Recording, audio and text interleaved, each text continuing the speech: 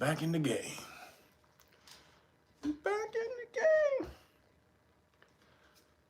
2 in 1 week, less than a week, less than 7 days. What's going on? Last week I had a little mishap with my eyes, so I couldn't do Saturday. So, you know, I did my Mondays, my impromptu Monday live stream. But now we back on the regular schedule. What up, peoples?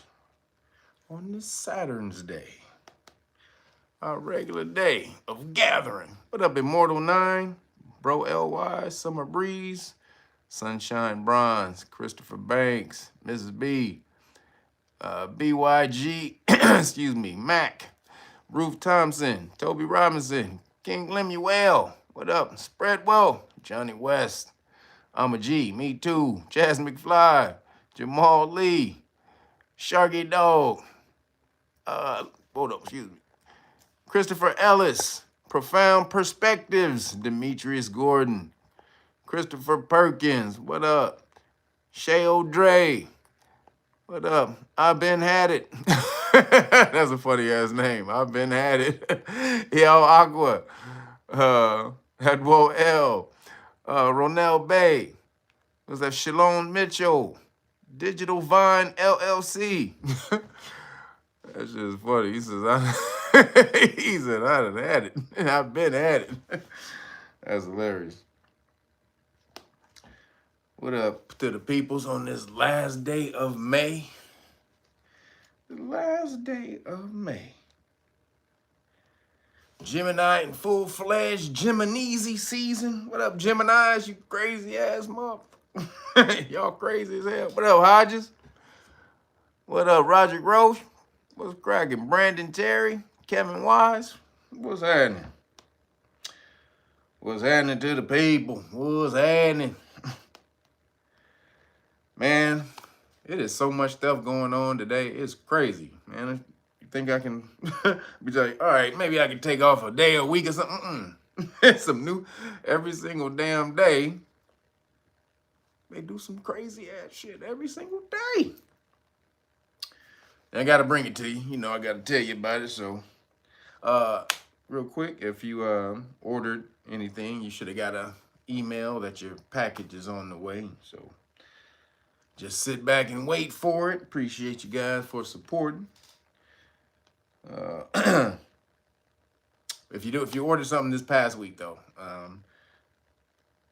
didn't get it out till yesterday, so it'll be there next week. So if you ordered it, couldn't get to the post office this week, so got to it yesterday.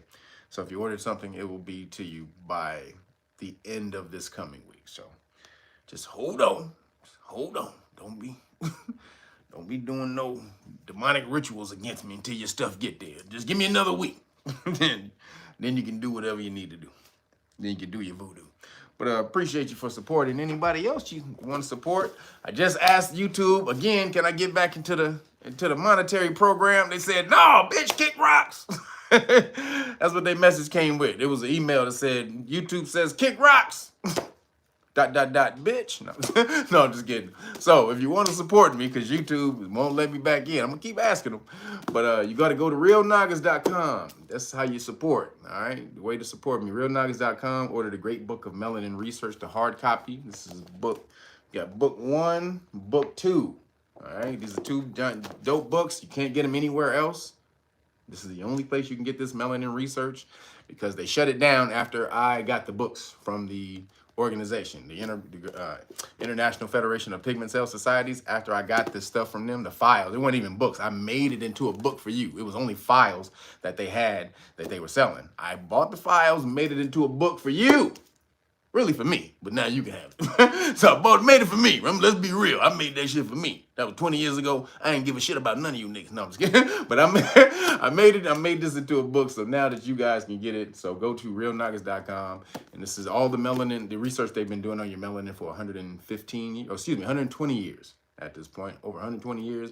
So let you know what your melanin can do. It has superpowers. Yes, it does. And everyone has melanin. So if you're Caucasian, you think, oh, that book ain't for me. Yep, you got melanin too. Yours is just called pheomelanin. and you have neuromelanin. So melanated, black or external melanated people, you have eumelanin and you have neuromelanin. White people, you have pheomelanin and neuromelanin. So everyone has melanin. All right, so you want to know how to use it, put it to work, bam. You get it right here, realnoggins.com. And you know what you get. I'm gonna hook you up with the police stop law package. We're doing it. You guys seen the videos. If you haven't seen the animated videos, please go to the, check them out. They should be on my channel, the animated videos for Know Your Rights Foundation. I need feedback on those videos, everybody. Let me know how the videos are doing, if you like the videos or not. And also, get your butt over to Know Your Rights Foundation. But if you want to go for free, just get over there and order that book, The Great Book of Melanin Research, the hard copy, and you will get a Know Your Rights manual, one of the three, the blue, the gold, or the red. You just got to let me know when you order which one you want, because I'll send you whatever I want. And so, boom, this is everything you need to know about police stops. That includes traffic stops and pedestrian stops, which are stops on your feet. So get this book, teach it to your kids. This is what we need to do. We need to raise our children with this information. This is going down right now. You see Trump is trying to mash out right now with this new, I'm going to protect the police policies that he has going out here. So you've been living it up for the last 5 years with the George Floyd and the defund the police and all that. Nah, they're on the refund the police right now. So if you order the book, the Melanin book, the hard copy, you get this for free. All right, everything you need to know. Seriously, to teach you how to assert your rights against your constitutional rights against police officers trying to violate those rights. It's an empowering thing. Everyone should have this, and you should make your children do book reports on this until they have it committed to memory. All of your children should memorize this book. I'm dead serious. If you have a child, your child should memorize. Look, this ain't a big ass book. Look how thin this shit is. Look how thin this is. This is nothing for your child to memorize. They memorize everything else. They know Drake and Kendrick Lamar. If you ask them to sing the whole goddamn Not Like Us song, I bet you they know all of that shit. We not like us. We not like us. We not like us. I bet you they know all of that. So if they can know that, they can get this little damn book right here and commit this book to memory. Look how thin this is. About less than 40 pages. About 40 pages. They should commit this to memory. So you get this for free. Order the Great Book of Melanin Research. And then it also comes with this book, the Public Official Bonds book, the police insurance, how to claim police insurance or the public official bond. That's they usually have a bond for about $75,000 each police officer, and every time they violate your rights, you can claim the $75,000 each and every time for each violation. And this tells you where those bonds are held, because they hide them in their states, because they know when you come after them, this is the last line of defense they have. Because once you go get a police officer's bond, they can't work. Or a public official, once you get a public official's bond, once you claim it, they can't work anymore. That's the thing. That's why you do this. Not just so you can get the money. A police officer or a public official cannot work if they don't have a bond. So if they really violate your rights, this is the true way to get back at them. You don't got to wait 2 years before you get a lawsuit. And the lawsuit, then you may lose the lawsuit in 2 years. Right now, if you claim this bond, they can't work. The very least, they have to put them at a desk job. They definitely can't be outside with the public. So the very least that they can do is work inside at a desk job. What better way to get back at a police officer and demean him and belittle him and ridicule him by making him pick up the phone and say, "Hello, Los Angeles Police Department, may I help you? Hello, Tennessee Police Department, may I help you? Hello, Virginia Police Department, may I help you?" That's demeaning. That's some embarrassing shit. He was out here singing bad boys, what you gonna do? What you gonna do when they come for you? Then he's gonna be like, "Hello, this is the Saskatchewan Police Department, may I help you? Yeah, this is the bad boys, yeah. How can I help you?" That's how you get back at them. Right here. Put their asses out of business, or at the very least at a desk job. So you get both of these when you order the Great Book of Melanin Research, and it comes with the cards, constitutional rights card, qualified immunity card, and the notice. This card lets the police. This is the Cliff Notes of the Know Your Rights Manual right here. Know Your Rights Manual Cliff Notes. Lets the police officers know what your rights are, what will happen when they violate your rights. And this is the qualified immunity card and notice. Lets them know they lose their shield when they violate your rights and knowingly do it. So get them on camera, alerting them that they're in danger of violating your rights. When you do that, then they lose their qualified immunity. Hand this to the officers. You say, I don't answer questions. Roderick Roche, was that you in here last week? I think I read the comments. I think Roderick Roche said that you pulled the card out on one of the police officers and it worked. I think it was you, Roderick. I hope it was you. I read one of them. I think it was you, Roderick Roche. But somebody in the chat last week, they said they pulled the card out on the police officer, and the police officer, it works. I'm trying to tell you, it works. So boom, you get that for free, and then you get the flashcards, police stop flashcards, volume 1 and 2. Right here, get the police stop flashcards, volume 1 and 2. Give you all of that for free, man. That's like $200 worth of stuff that you're gonna get for free from the police stop, for the police stop information. So you can go to realnoggins.com, again, order the Great Book of Melanin Research, the hard copy, and you will get all of that for free. Or you can order any of those things individually. We also have the flashcards here, the other flashcards, the Law and Government flashcards, volume 1 and 2, and the police stop, the police cases, the excuse me, this is the court cases that gave the rise to the police stops. So right here, we have this on the website, realnoggins.com, or you can go to knowyourrightsfoundation.org if you want to support and help over there. You can order any one of these things over there. All right. So appreciate you. Also, Cash App and everybody with the Cash App. You guys are funny as hell with the Cash Apps. For the chicken shawarma gang, y'all be talking about just a chicken shawarma gang, $20 for the chicken shawarma gang. Roderick Enoch, appreciate you. Appreciate you. Said for yep. Who was that? So appreciate you, Project Enoch. This is my last day, everybody. This is my last day for my cleanse. My last day, baby. I go on my cleanse tomorrow. I've been cutting up.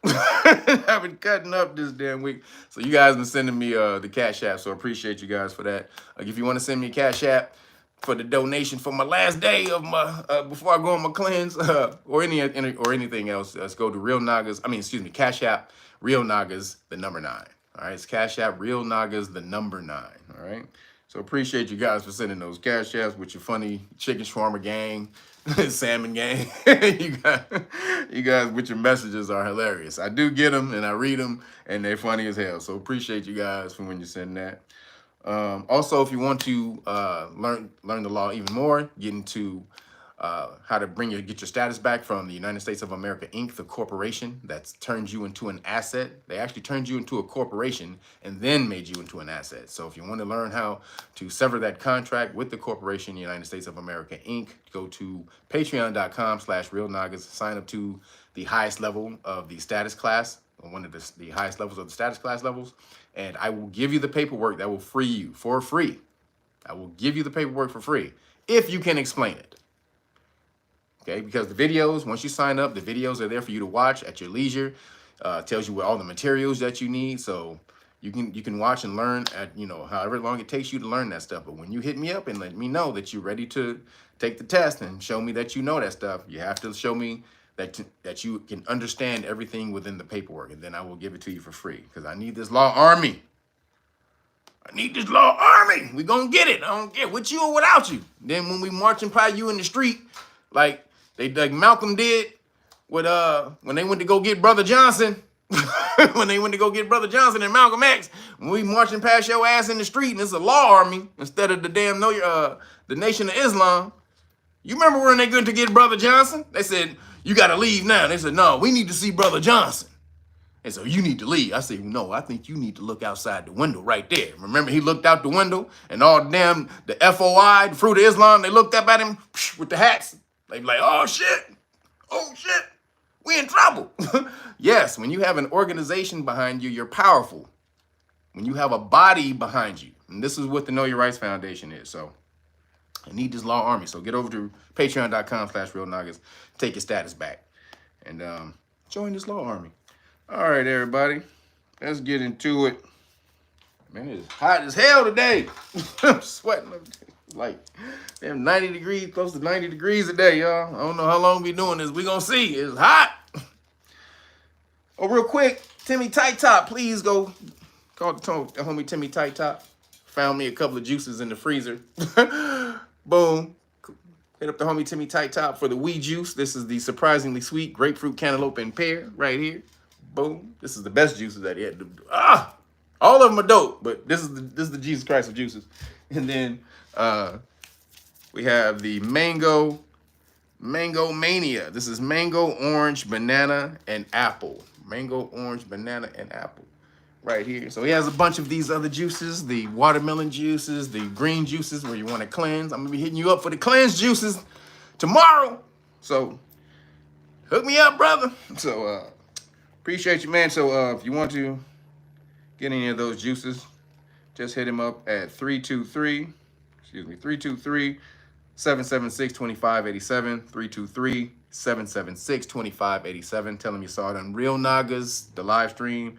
And the promo code is 5 off juice. All right, 5 off juice is the promo code. All right, everybody, let's get into it. So I can enjoy my last day of my bad food last day. Just playing my.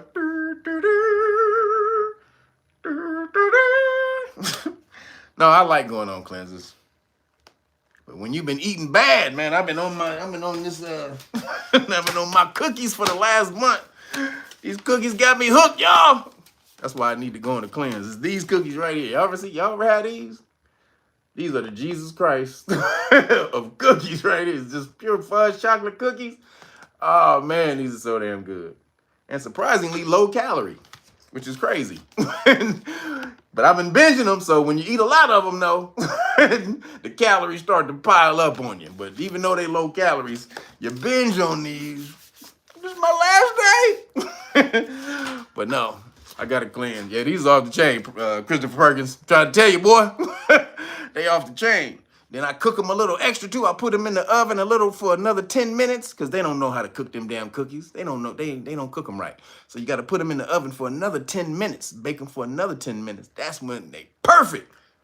They messed up on the recipe. I improved on the recipe for them. But gotta go. This is my last day, baby. So I appreciate y'all, man. All right, here we go, everybody. So in political news, we gotta hit up to see what's going on in politics. What Trump and them doing. So since Monday, Russia and Ukraine conflict escalated. I talked about it last week about how Putin struck. He did missile strikes into Kiev and then pissed Trump off, and Trump was like, "I don't like it. I don't like it. It's very bad. I don't like it. Stop it. It's pissing me off." That's all he had to say. After chastising the shit out of the South African president. But when Putin pissed him off, "I don't like it." Okay. You don't like it? Okay. I'm sure he's going to stop. But when he said that, when the reporter, so he had just heard that Russia had launched their strikes. So when he heard it, that's the immediate response he had given before he got on to Air Force One.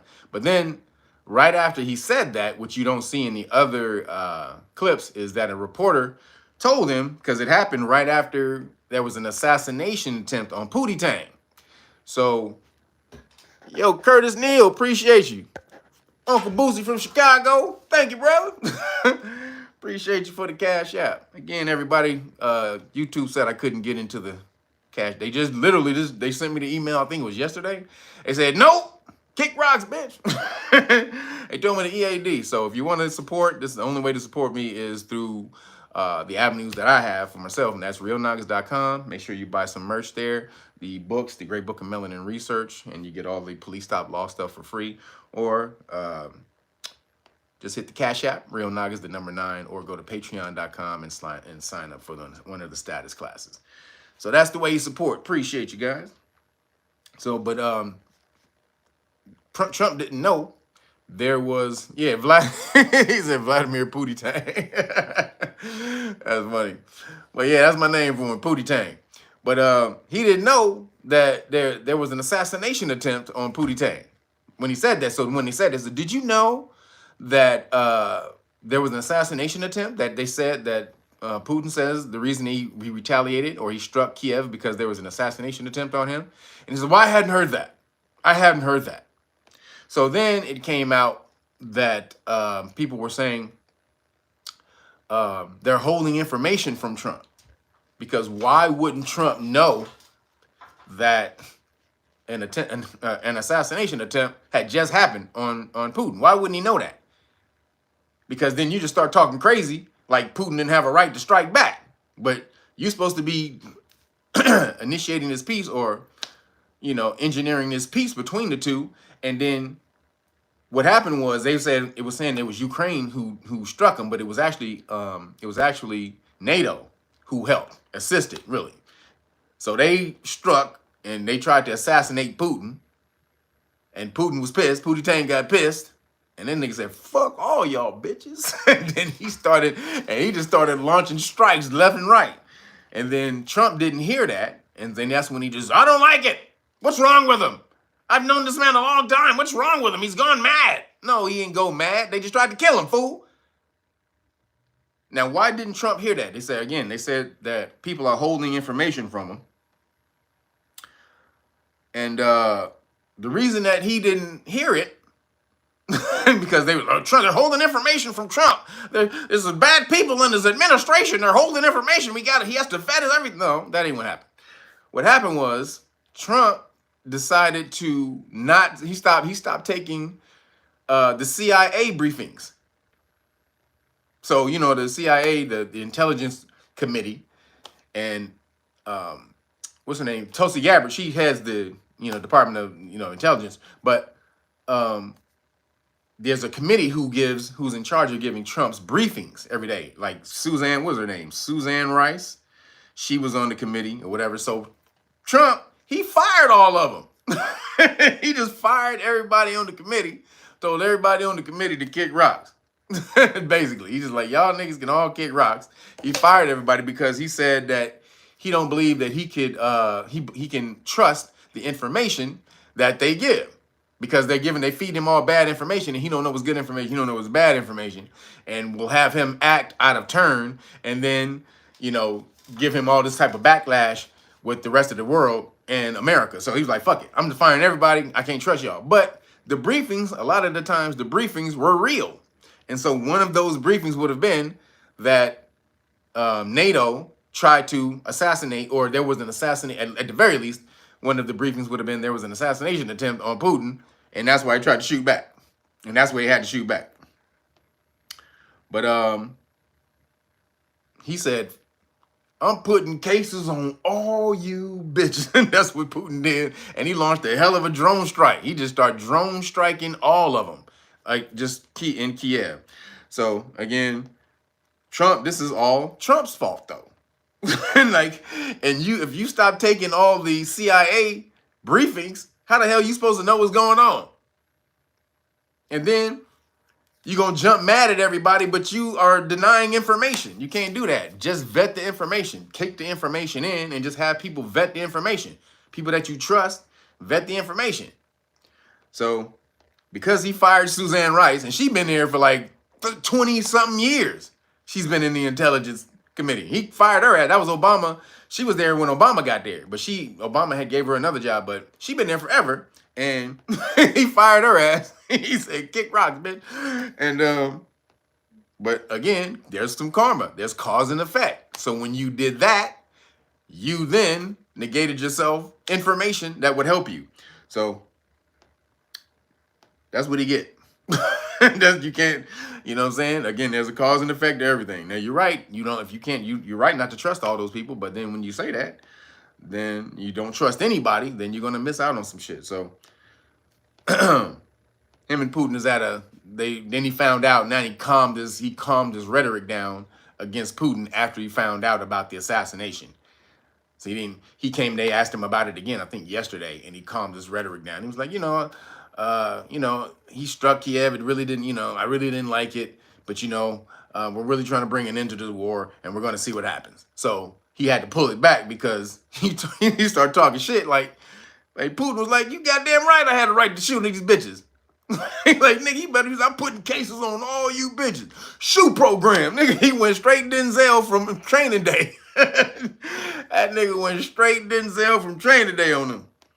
And again, Trump would have did the same thing. If they tried to assassinate him as he was president, he would know there's nothing they could have done to stop him from firing back. So we'll see what happens in the next week with the war. So moving along, a report comes out, another report, well, even a report. Trump actually clarified, he actually verified this himself. But the report came out first that he told NetanyahBitch the EAD again. He told him again. He said, look, man,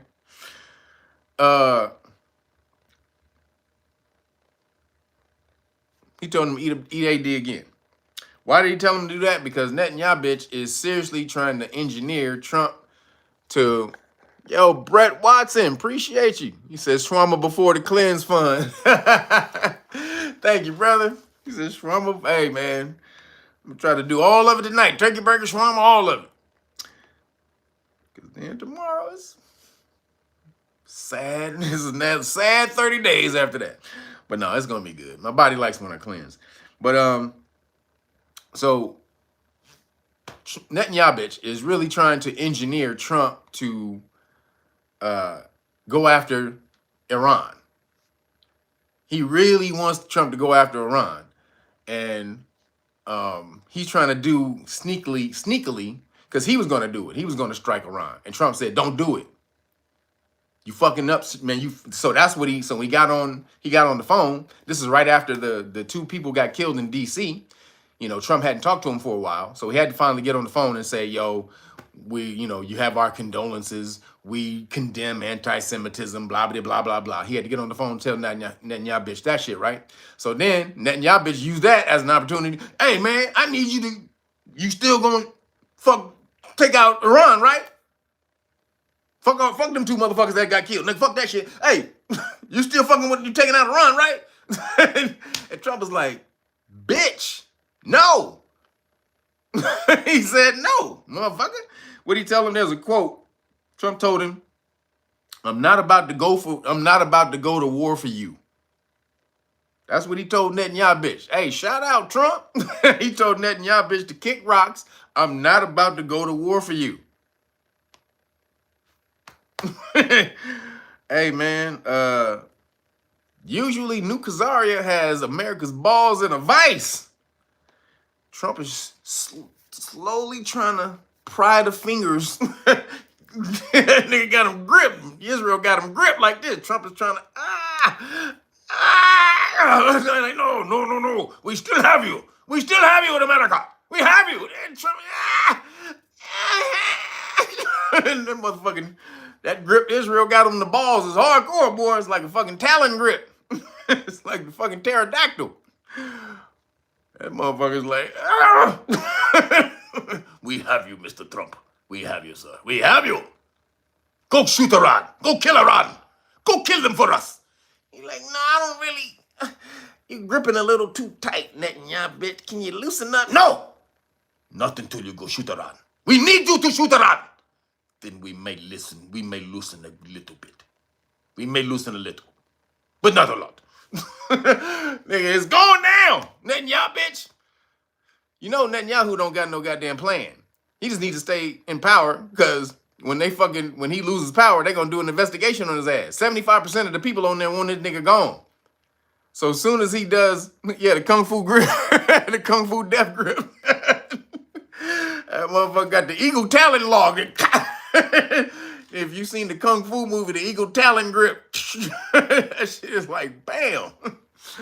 So real quick, this is for my martial arts people, my Kung Fu movie people, Kung Fu movie lovers. There's a movie, I'm sure you probably haven't seen it, but it's called, this is for a real Kung Fu movie fans, it's called Kung Fu or Shaolin Chastity Kung Fu. If you haven't seen it, you have to go see it. It's called Shaolin Chastity, not chastity, chastity. Again, Shaolin Chastity Kung Fu. Man, there's a fight scene. This dude has armored body technique where you can't, you know, like you try to punch him and he can't punch through the iron body technique. And then there's a Shaolin monk who has to fight him and break through the hard body technique. Oh damn, man, that's the best move. Hey man, if you a kung fu lover, go watch that damn movie. That's the greatest guy. That's one of the dopest fights you ever gonna see in kung fu. Is how he has to break through his iron body technique. But I digress. back to the news. Yeah, that's what Trump was gonna do to NetanyahBitch. The way that Shaolin monk had to break through homeboy's iron body technique. that's what Trump gonna have to do to NetanyahBitch, because it's been a long time. But I'm fucking with Trump right now, man. Again, there's never been a president to talk crazy to NetanyahBitch in Israel like this. No one. They're all terrified of Israel. Finally, even Germany starts shitting on Israel. Even what's his name? Piers Morgan. Piers Morgan was the biggest Khazarian ball gargler you ever seen. I don't want to call it a genocide right now. Yes, you have they have a what do you say? They have an obligation to fight a war. When you're attacked, you have an obligation to fight a war, and blah blah. He was on that for the last 2 years, and then finally, Piers Morgan last week had to come on there and say it's a genocide. He finally had to say it. Like goddamn, he had to move one of the balls out to the Khazarian balls to the side of his mouth so he can get the words out. But he finally had to say it. And then Germany comes out. Germany, who kisses Israel's ass forever because of the damn war, because of what happened in the Holocaust, they don't do anything but kisses Israel's ass. They even came out and was like, God damn, y'all gonna make us go against y'all, nigga? You know what we look like when we go against y'all. Don't make us do it. And yep, they had to go against them. So everybody's starting to see New Khazaria is falling. I think they got about 10 years before they're completely, where everyone in the world, 95% of the people in the world are not fucking with them. But I think about 10 years, it's going to be the thing not to mess with New Khazaria. Because moving along, right after, and this is why, because right after Hezbollah, remember the Hezbollah walkie-talkie event when they put the bombs in Hezbollah's walkie-talkies and then blew them up?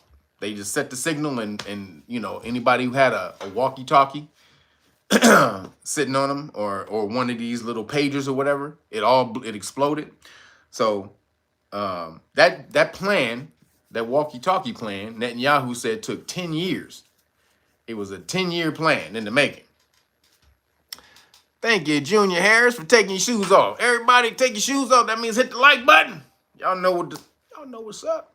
Hit the like button when you're walking here. Honestly, you got to give me, a bunch of y'all be watching this thing, it'd be like 10,000, 15,000 views, and it'd be less than 1,000 likes. You got to get me to 1,000 likes. That's when the algorithm picks it up on 1,000 likes. So stop bullshitting and ear hustling, coming in here, trying to get a damn laugh every week.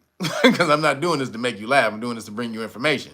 So if you're getting information from this that you can use, hit the damn like button. Again, the algorithm doesn't pick up until 1,000 likes. So you got to hit it to 1,000 likes. So that means take your shoes off before you enter my damn dojo. You know the damn rules. I got to say this damn every week. Say this every goddamn week. You listen to Caucasian damn live streams, though, you think they got to constantly tell the people to hit the like button? No, they don't got to do it. Why? Because why are they supporting each other more than we do? I don't want to have to pull that card, but I watch a lot of those damn live streams. They not constantly saying hit the like button. They're already there. So, God damn it, stop letting other people outdo you and supporting your own people. Now, I had to pull that card. I don't really do the yo people stuff. But damn it, support me in this live stream if you're getting information from it. But back to the news. So the Hezbollah walkie-talkie thing. Right after that happened, they did an interview. Mossad did an interview on 60 Minutes. Now, this didn't come across my radar till just now. Like because some New Khazarians were talking about it. So the New Khazar, so not every New Khazarian is with what's going on. And that's the thing that they don't want to tell you. They'll tell you that when you go, if you go against the government of Israel, New Khazaria, that you're anti-Semitic. Well, most of the people who are going against them are actually Israeli. Like, they're actually New Khazarians. So right after this happened, Mossad went on 60 Minutes, and they tried to talk. They wanted to talk about the bombing, what happened. So in the interview, the agent, he was wearing a hood because he didn't want to be seen, and they did the voice change recognition on him. And in that interview, the agent said, the Mossad agent, he said, this is a quote.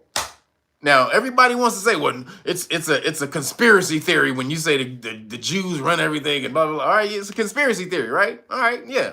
And he just coincidentally happened to be in charge of every damn thing. All right, it's a coincidence. And it's funny because, you know, it's the only reason they're able to get away with that is because the world is run by non-melanated people, which don't stand out. See, but if the world was just, if the world was constant, it was run by melanated people, and then you would just happen to say, hey, why is this industry run by all these melanated people? And why is that industry run by all these melanated? Because you would actually be able to, to objectively see, like, wait a minute, there's a whole bunch of niggas over there running this, there's a whole bunch of niggas over there running that, there's a whole bunch of niggas over here running this, but you'll be able to just objectively see that.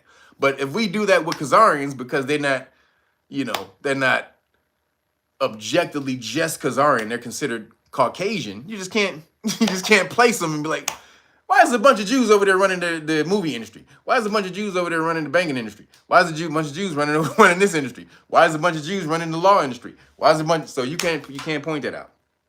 But on the interview, this dude just said, we create a pretend world. This is Mossad. I want you to get this. This is one of the heads of Mossad. He said, we create a pretend world.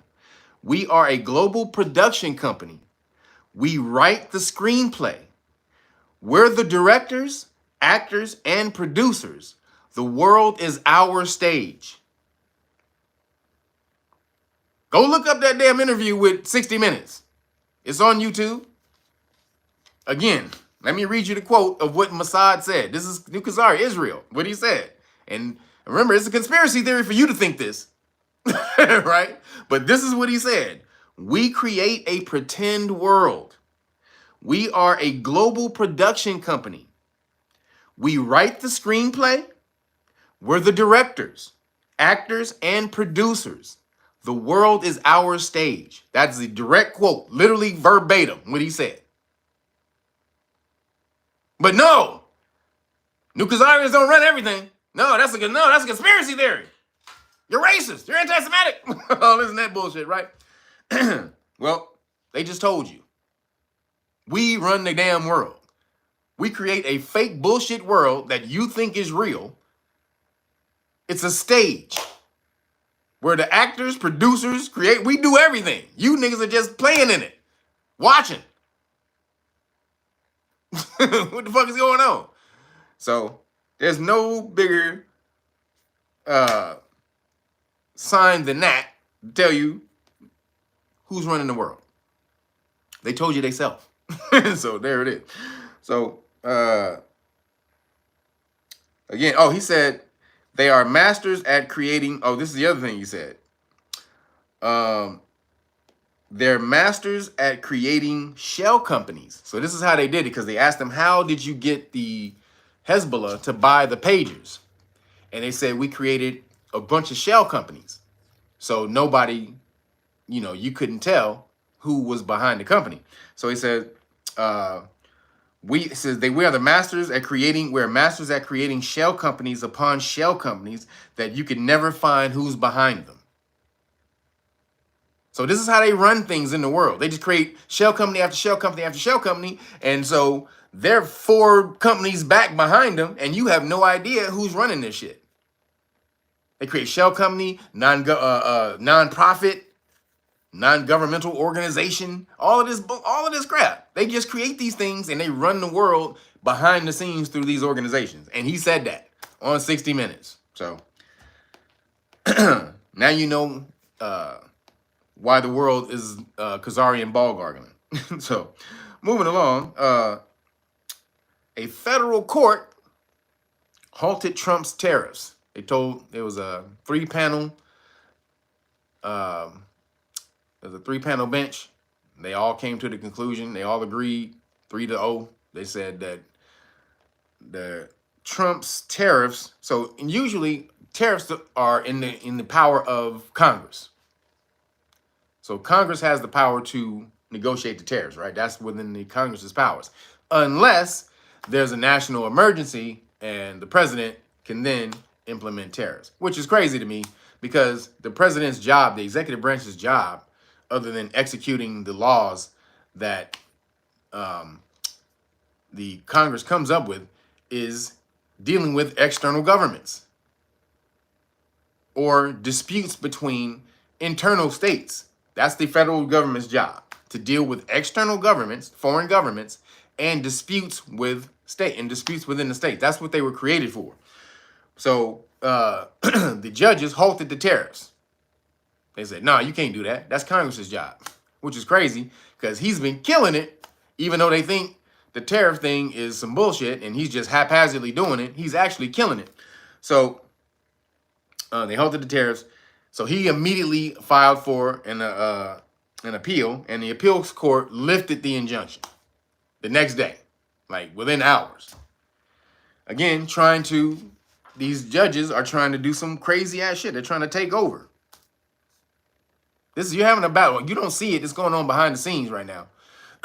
Really in the open, but if you're not paying attention to it, you won't see it. But there's a battle going on between the three branches of government, which aren't supposed to have any power over any one other, or neither of the branches of government are supposed to have power over the other. However, they're all fighting to gain control over the other one, which means eventually the shit is going to fall because it was created for none of them to have power over the other. But if they're all battling and trying to fight to have power over the other, eventually that shit is going to fall.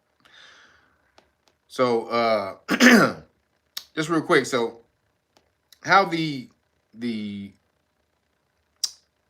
judges, this is crazy because the judges aren't supposed to have, all the branches of government are supposed to be equal. So why then does the court have the power to tell all the other branches what to do?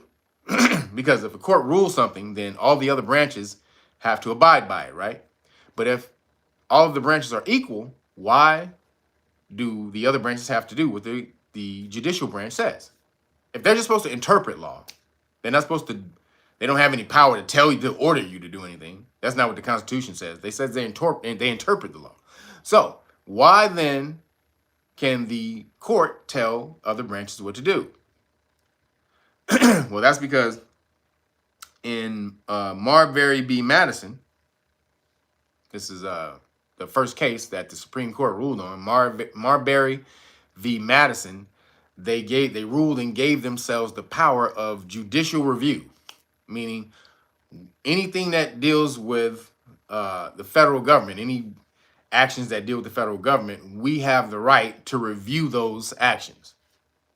So they knew they didn't have any power over the other branches. This is crazy. The judicial branch immediately usurped power once they got to their first case. They said, oh, these dumbass motherfuckers don't know the law, so we'll just interpret this in a way that they don't know what's going on. And in that case, they gave themselves the power of judicial review, which means they gave themselves the power to say what can be done and what can't be done. But they really don't have any power because they don't have an enforcement arm of the judicial branch. So you can't make anybody do any damn thing. So this is the illusionary power that's going on right now.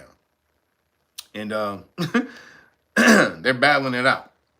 So ultimately, if they keep battling, I think this shit is about to lose. You know, the government will be the one to lose eventually.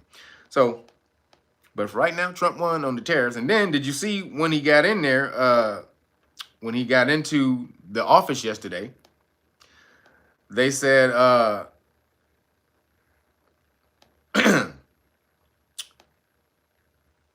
Well, I'll tell you in a second. So once he got in the office, but I'll tell you. So hold on real quick. So RFK, really quick, when he got in the office before yesterday, RFK, they broke the news that there's no more CV-19. What's the term? Because I gotta watch. And this is jacked up. I gotta watch my words, but you know how YouTube is. There's no more crack scene CV-19 crack scene mandates, or it's not on the schedule, the CDC schedule for children and pregnant women. RFK took it off. RFK took it off. So, boom. I mean, RFK, man, I don't know what everybody else is doing, but RFK been in office for 3 months. Can you tell me any other thing that he's doing that's wrong? I mean, he is killing it right now. No more crack scenes. Man, it took it off the schedule. I don't know if you know what that means. When they take it off the schedule, that's the hardest thing for a crack scene company, is to get the crack scene on the crack scene schedule, right? So when it gets on there, it's on there for good. Like that's forever money. So this is their whole point. Whenever they come out with a crack scene, they have to get it on the schedule, because then that means every year you have to take this shot, right? So they work their asses off, and it's only supposed to be for emergency. So I don't even know how they got it on the schedule. Excuse me, but it's on the schedule, right? They got it on the schedule for children and pregnant ladies. Then RFK went in there and said, nope, we taking it off the schedule, which means it probably will never get back on the schedule without having to prove that it actually has a benefit for healthy children and pregnant women. Because they put it on there without having to prove that before. They did it through scaring people. So now, though, that they're taking it off, in order to put it back on for kids and pregnant women, they're going to have to actually prove through test that it's a benefit and not a harm. There's a greater benefit and no harm to the child than and the pregnant woman than there is a benefit, or than there is a the other way around. So again, shout out to RFK. I mean, goddamn, if you can tell me something he doing wrong, hey man, if you can tell me something RFK is doing wrong, I want to hear it. But right now, I don't see it. I don't see it. I don't know what Candace Owens was talking about, that he's being controlled in the background by somebody, but what? Where that at, Candace Owens? He in there killing it right now. I mean, so much so, they hate him in Congress. They hate him in Congress right now because he is removing dyes and crack scenes off the schedule. He is implementing placebo trials, meaning you have to now, because they didn't do trials with the studies with these crack scenes, so now they have to do trials against other actual placebos and other crack scenes. I mean, he is doing it right now. No matter what you think of what's going on, RFK Jr. is doing the damn deal right now. So he says, yep. Thank the universe for RFK for sure. So moving along. So like I was saying, so back to the tariff thing. So the judges, these woke judges, the reason they canceled Trump's tariffs was because they said that the national emergency thing, right? You have to have a national emergency. Trump instituted a national emergency by saying that the trade deficit was so great, because it was over $1 trillion with just China, and then all these other countries. There's like a couple $1 trillion in trade deficit, right? So he said the trade deficit was so great that it was a national emergency. It was a threat to America because we had such a great debt, and then trade deficit being so high that eventually it would crash the system. So that's why he instituted the tariff, the national emergency, so he could do tariffs. That's the only way he could do tariffs, right? So then again, they called it off. Then he did an appeal, got it back on. But then in the office yesterday, right after he got the tariffs reinstated, he brought out a news report that showed the tariffs had cut the the tariffs had cut the national, what is it? Let me get the report right. The tariffs cut the national trade deficit by half. Half in less than a month. Or excuse me, it's been 2 months now because he implemented the tariffs in April. But then he put a pause on them just recently. So if you add up the time the tariffs were actually on, given the on and off, pause and stop of the tariffs, it's been about maybe a month, a little over a month, and he alleviated the trade deficit by half in over a month. The news report came out and said this was amazing. They had never seen this in the history of America. They was like, it's unconventional. We don't know what's going on, but we've never seen this in the history of America. We've never seen it. This was one of the Democratic news reports. He eliminated the trade deficit by half in a month in less than 2 months. Come on, man. So that showed that those judges didn't know what the hell they were talking about. The judges that paused the tariffs, when did the judges literally are trying to run the policy? They're trying to be the president. They're engineering and instituting foreign policy. What are you doing? You don't know shit about tariffs as a judge? What the fuck do you think you know about a tariff, judge? You don't know any damn thing. Sitting behind your damn bitch. In your cozy ass room with your little robe. You don't know a goddamn thing about a tariff and how it works and the system and how it works. Sitting in your office. So shut the fuck up when grown folks are talking. Shout out to Pretty Tony. Y'all know where that's from? He said, shut the fuck up when grown folks is talking. Pretty Tony.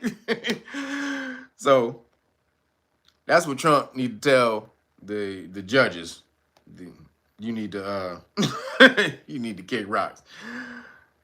So again, Trump wins the court, and this is the court. So the lower court ruled that they did it, and then the higher court, the Supreme Court, took it off. So, or no, excuse me, the Supreme Court. Supreme Court took it off. So again, shout out to Trump for that.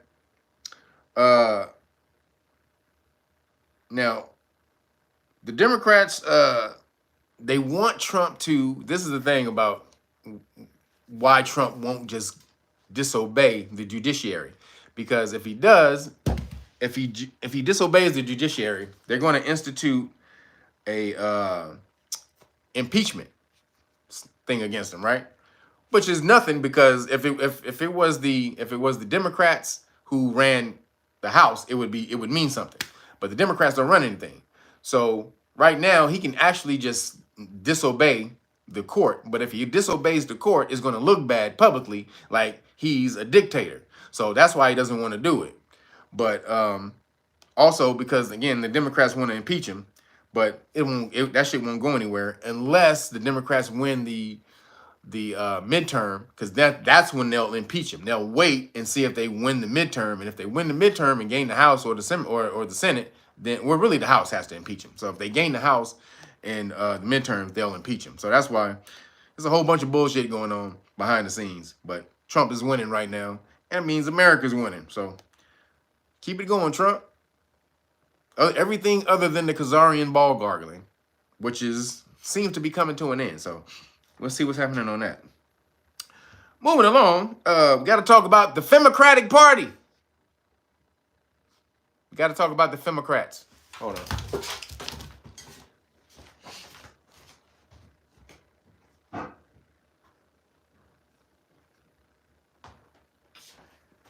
So, and if you call them anything other than that, that's the wrong name. They are literally the Democratic Party right now. So, the Democrats. What are the Democrats doing? So, the Democrats, they are spending $20 million. He said emasculated? Emaciated. Oh, yeah, the Democrats. So, they're spending $20 million on a study, 20 mil, to see what men like. Now, if there was ever a big sign, a giant, huge neon sign that said you are the Democratic Party. It's the fact that you are spending $20 million on a study to see what men like. Wow. Would you say RJ Paul or RuPaul party? the RuPaul party. That's what they need to call themselves. Because that party has become so feminine that to even be associated with it means you have soy milk for blood. Like literally, you don't have blood, nigga. You don't got blood plasma. You got soy milk plasma as blood. That is the Democratic Party. I mean, I was watching they were talking about this on the news on MSNBC yesterday, and they had it was four people talking about this topic, about trying to bring men back in. It was three dudes and a woman. Three melanated guys and one Caucasian girl. And the three melanated guys were all gay. The three melanated dudes was all gay. And then you got a white feminist talking about how to bring the men back, and also the black men, back into the Democratic Party. That party's dead. That ain't coming back. No self-respecting blood testosterone carrying man is ever going back to that goddamn party. It is done. That shit is done. It is totally deplete of masculine energy. Period. The three dudes talking about the new masculinity, they was all gay. What the fuck you think you gonna tell a super alpha male, double, triple alpha male about being a man when you sitting there talking about it with three gay motherfuckers? Sorry, that message ain't going over. Ain't nobody trying to hear that shit from these niggas right here. You got three ball garglers up there. Ain't nobody trying to listen to that shit. Like, nigga, y'all niggas gargle balls. Nigga, I don't do that. We don't see eye to eye, nigga. I ain't. So, men are gonna have to leave that shit if they haven't already. Especially melanated men, because melanated men, we are the most masculine men by testosterone. That's scientific. Sorry, Caucasian people. Look it up. Go look up testosterone levels by race. Melanated men, black, or you can call black men or whatever. Black men are at the top with testosterone. Now, I'll let you guess who's at the bottom. You can guess who was last on the list. But melanated guys were at the top. You can put in the chat who you think was last. You go ahead, just for fun. Just for fun. Who was last on the list? Who do you think was last on the list? Melanated guys at the top. So, again, when you got the three melanated guys at the top of the Democratic Party, and all of them are fruitopian, he says, yup, Curly B got it. Asian, yup. Asian. Sorry, my Asian brothers. Y'all was at the bottom of the testosterone list, the testosterone game. I didn't do the test. My Asian brothers. I didn't do the test. Shut up. But yeah, Asian guys was at the bottom of the list on the testosterone test. But melanated guys, Fruitopia, you not Democratic Party, it ain't popping with Fruitopia. It ain't. Melanated men, again, in the 90s, just so you know, like, melanated men, we created the most masculine era in history with hip hop. That has been the most masculine time there's ever been in America, is when you had hip hop. I mean, especially 90s hip hop.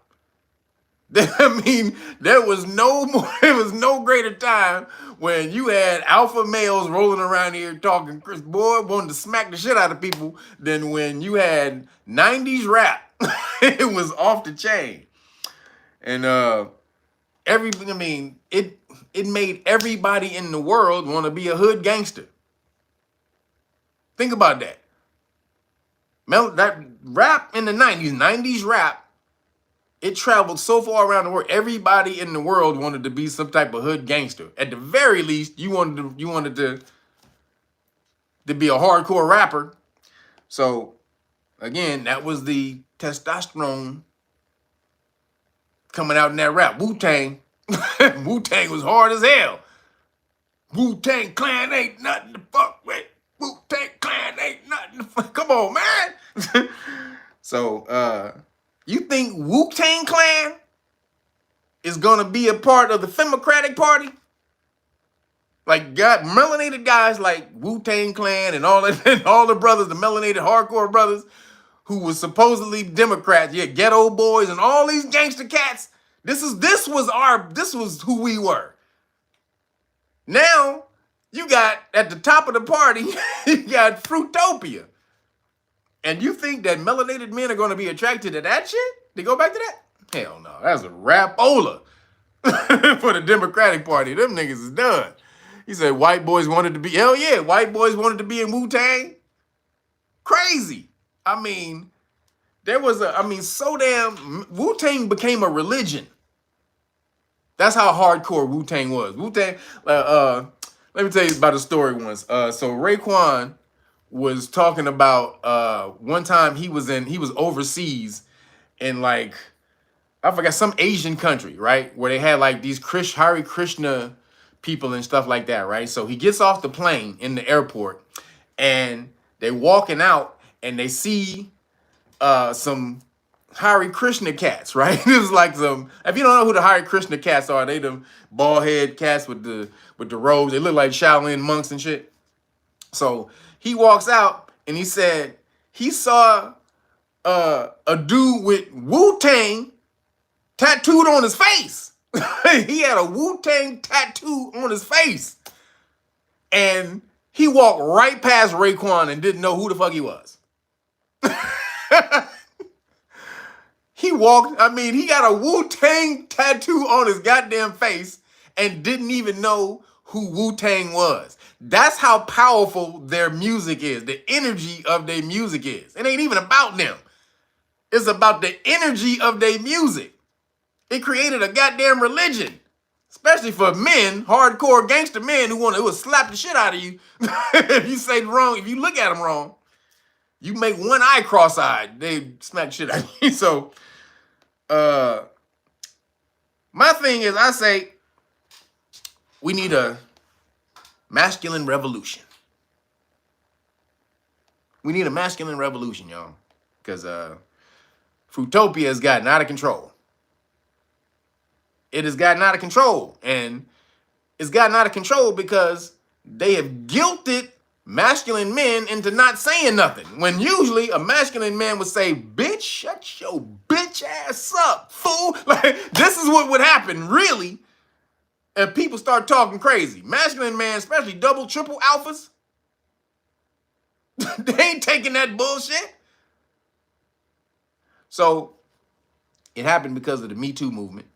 They felt it was the feminist women, again, a lot of those feminist women who want to be men, really. They felt that it was their time. There would be no better time to strike and take over power from the patriarchy than to move in on this Me Too thing and try to make everybody every masculine man a damn monster for just being masculine. Toxic masculine. That's when the word toxic masculinity came out. Just if you would tell a motherfucker to shut the hell up or tell a woman shut the hell up because she was talking stupid or just being emotional, or now you're toxically masculine. No, I just don't feel like hearing your shit. And that's what a man gonna do. When he don't feel like hearing your shit, he gonna tell you to shut the fuck up. And that ain't just the women. He'll tell anybody to shut the fuck up. See? They want to shut that down though.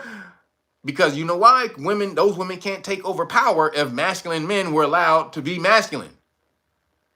Because there's no way that they can be strong, more aggressive than a man who's truly in his energy. So they have to subdue your energy in order so their very small little smidgen of masculine energy can shine and float to the top. Because if you were just able to say, look here, bitch, I'm not taking your shit. Shut the get out my face. Then what's gonna happen? Nothing. Even if you call me toxic masculinity, I don't care. I don't care if you call me toxic masculinity. You better get out of my face. See? All the self-censoring bullcrap like we got to do on YouTube and all this stuff. So we got to bring back we need a revolution. We need a masculine revolution. Men, you got to start standing up. You got to start telling motherfuckers, shut the fuck up. Shut your bitch ass up. You got to start saying it. Saying it from your diaphragm. Shut your bitch ass up. You got to start speaking up. Stop letting them guilt you into being quiet. Talking about you're over-aggressing me. You're being over-aggressive. You're not allowing me to be who I am. Well, if you so damn aggressive and you gangster, you got to speak up on your own. I ain't got to allow you to do nothing, right? Since you so aggressive and you can speak up, you want to talk all damn day, out-aggress me and get your words out and get your point of view across. Otherwise, shut your mouth. But no, I don't mean to do it like that. But definitely, man, you got to start sticking up and speaking up for yourself, because look at what's happened to hip hop.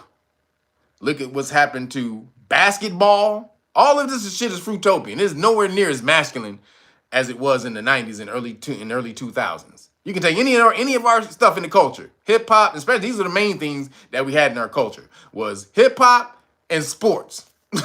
These are two main things that we had. Now, we also had consciousness and all that type of stuff, but the main things that we shined in was hip hop, sports, and and other music and stuff like that. But that's what we had, and that's where our masculinity showed. It shined in hip hop and sports.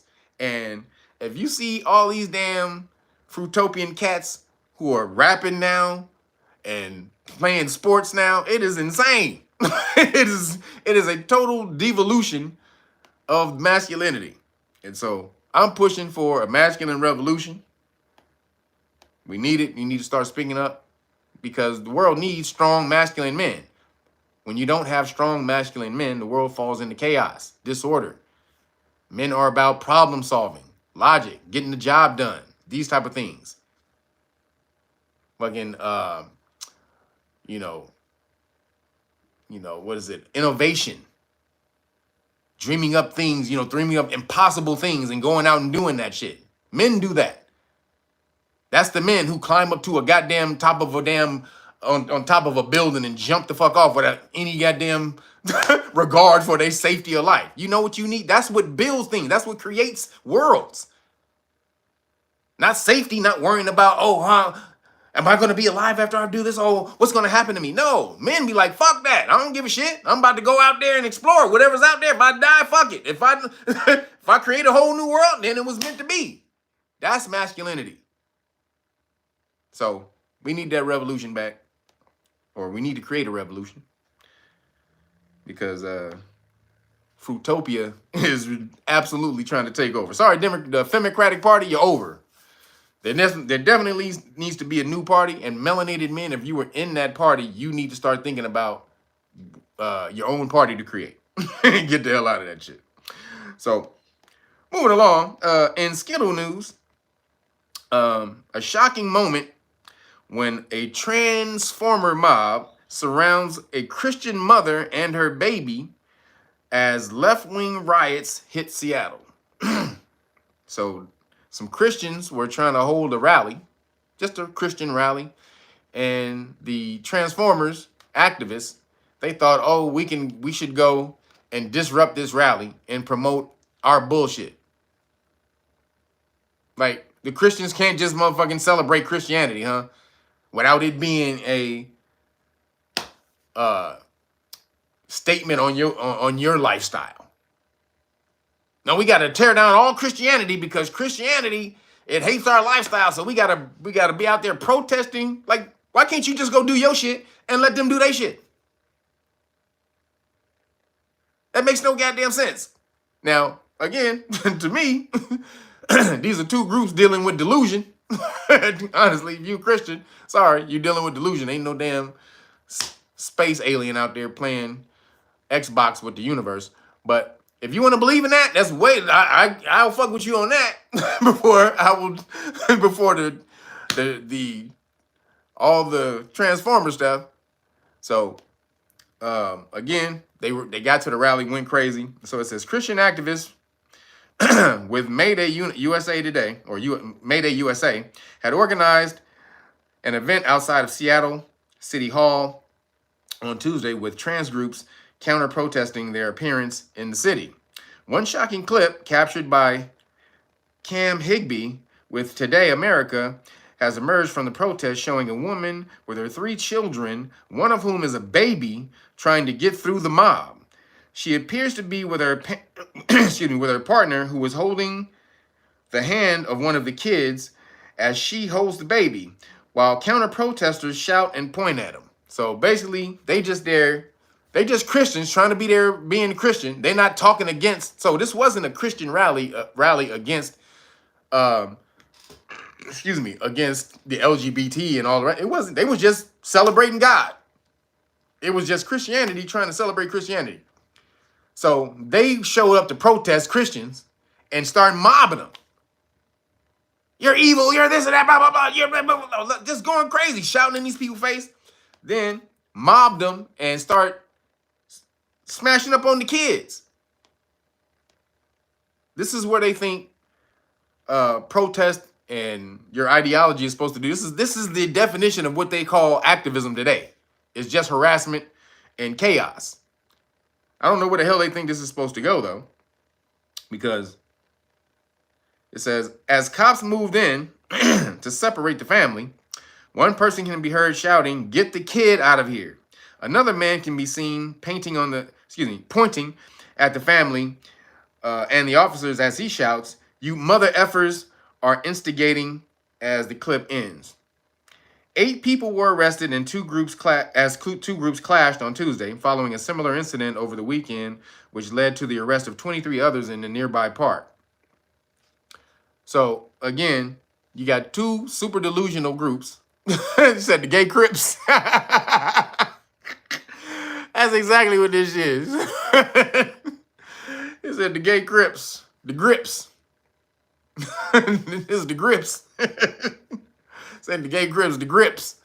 And they out there gang banging on Christians. Now again, both of them are delusional in their ideology, but I would pick Christianity 1,000 million times over Transformers any damn day. So, but again, if you just want to protest, or just want to do your thing, why can't you just be Transformer and do that and not fuck with nobody else if they not fucking with you? You want to indoctrinate the world into your shit. Meaning, again, last week I talked about this, what sin is. Sin is line stepping over someone's line that they've drawn, their boundary. Trespassing. That's literally what sin is, to transgress. Transgress means to trespass. Trespass means to go over somebody's stuff when they don't want you to step in somebody else's area when they don't want you to. And this is what they're doing. Like, if you just did your own shit and your own little thing, whatever, and just didn't fuck with nobody else, most people wouldn't give a shit. That's what was happening. Until y'all tried this whole damn movement and tried to make everybody else try to bring the kids. So once you did that, again, you became a habitual line stepper. Shout out to Charlie Murphy. And now nobody's messing with that bullshit. But they're going to keep stepping over the line, which is why we got to keep get your ass back, bitch. Every time they step over the line, no, get your ass back. Yes, habitual line steppers. That's what they are. As long as you keep stepping over that line, I'm going to keep kicking you in the face. Get your ass back on the other side of that line. So, and then, first of all, when you endanger children, they were yelling at the kids and stuff. Like, this is crazy. When your ideology makes you start yelling at children, like, what did the child do? They have gone crazy. And because the world, and truly America, has given credence to a mental disorder, now you can't put it back in the box. And this was the Democrats that did that because they were trying to take power with these groups and illegal immigrants and all the rest of that. And they felt, the juice will be worth the squeeze. Just let's get power and we can handle everything else once we get power. We fucking everything up right now, but once we get power, we'll be able to fix everything. And no, that didn't happen. You just fucked up everything. And now somebody else got to fix it. So moving along, outrage. There's outrage as as a teen who was banned from school over two genders T-shirts loses the appeal. So there was a kid who wore a two genders T-shirt to school, and the school told him he had to take it off, and he refused to take it off. They said, "Well, why I got to take it off?"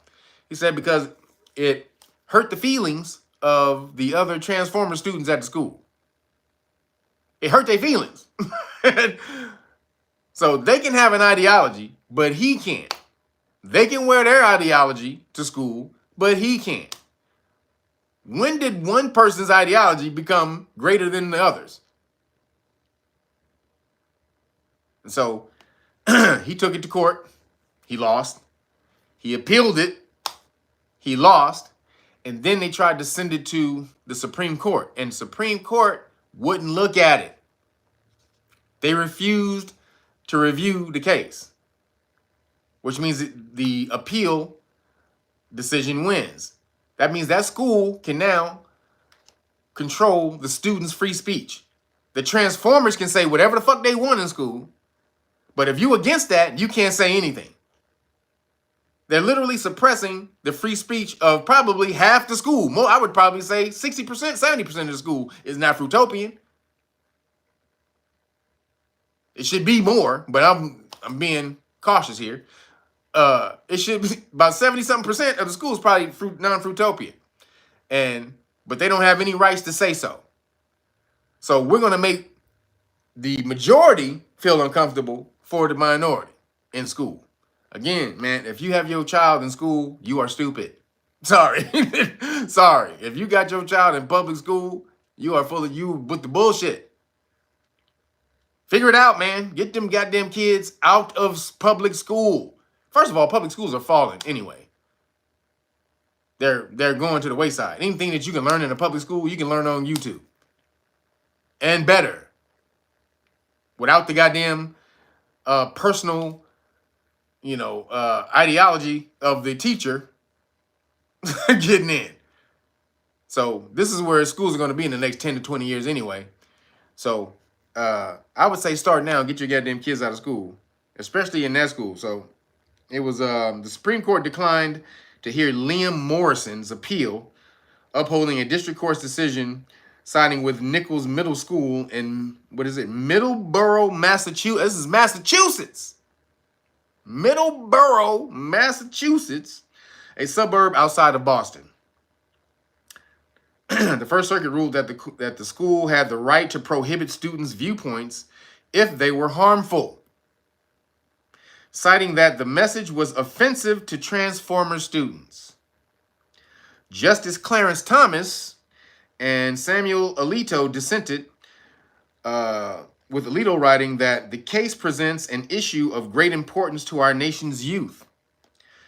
We're disappointed the Supreme Court chose not to, and this is the decision. We're disappointed the Supreme Court chose not to hear this critical free speech case, Senior Counsel and Vice President of U.S. Litigation said.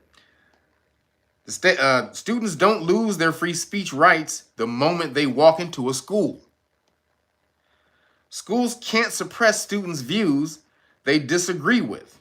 Apparently they can in Massachusetts. Here the school actively promotes its view about gender through posters and pride events, and it encourages students to wear clothing with messages on the topic, so long as the clothing expresses the school's preferred views on the subject. So they promoting the whole other thing. No matter if I'm a student and it bugs the shit out of me, if it bothers me, it doesn't matter. It only matters if it bothers the goddamn Fruitopian student. This isn't crazy. This is unsustainable. You can't, there's no way you're going to keep this going. Suppressing, especially at that age, this is where kids are coming into their voice. And you think you're going to keep suppressing them, those hormones at that age in school? You full of shit. Them kids are about to go off eventually. This is why most of the Gen Z are now turning conservative. Most of Gen Z, they say like 60% of Gen Z is conservative, which is crazy. That's crazy. I don't know if we want that. I don't know if we want that shit. But this is what they're driving them to. If you go super extreme on one side and then say you can't talk about it, you can't challenge it, you can't talk about it, you can't even breathe about it, you can't do nothing, then what do you think is going to happen? Eventually, the universe will rebalance that in some type of way. And now you're about to have most of the Gen Z coming out in America are going to be conservative. That means it's going to be hell for the Fruitopian people who tried to force this on people. If you just let it gradually go along, you'd have just had your place in America. You'd have been able to live and do your thing, and nobody would have bothered you. But since you tried to force America into this bullshit and try to make a 50-50 America when it's not like that in nature, nowhere ever in anywhere in the universe, it's not like that. But you're gonna make it like that. We're just gonna push against nature and make America like that. Really, the world like that. All right. Well, you see, nature pushes back. And this is what's going to happen. So, got to deal with it. Moving along. Female gym goers freak out over a transformer woman flaunting her pre-op privates in front of children. See, this is what I mean. This is why the pushback comes back. Because a female gym goer was in the gym flaunting just butt naked. In front of a kid, in the locker room. So it says, female gym goers in California Bay Area, of course it's California, are up in arms that they must share their locker room with a pre-operative transformer woman named Sammy. Leading to a tense standoff in one of the most liberal regions of the country. Protesters have picketed outside two area YMCAs that Sammy is known to frequent. Sammy! Including the Stonestown Family YMCA in San Francisco, where dozens of members have petitioned to force her into the designated gender-neutral space. Her. Sammy. Yeah. Yeah, Roger Rose. Sammy. Play it again, Sam. So it says, YMCA officials have defended Sammy's use of the women's locker room, citing her civil rights despite outrage from other members who feel uncomfortable seeing a hulky transformer woman with male genitalia. I don't know why I did the quotes. I meant woman. I meant to do that on woman. With male genitalia and slowly growing breast. Slowly growing breast roaming around in front of women and children. It has led to some nasty exchanges. So it's a big, husky, hairy motherfucker growing these together, apart, together. Motherfucker in the gym doing this in the mirror and shit. Motherfucker, get your bitch ass out the mirror. Nobody want to see you in the locker room doing that in the mirror. So this is a quote from one of the gym goers. He likes to parade around in the women's locker room completely naked in front of women and children. Suzanne Pete, a 58-year-old member of Stonetown Y, told Daily Mail. He also likes to he also likes to blow dry his hair while naked and bent over.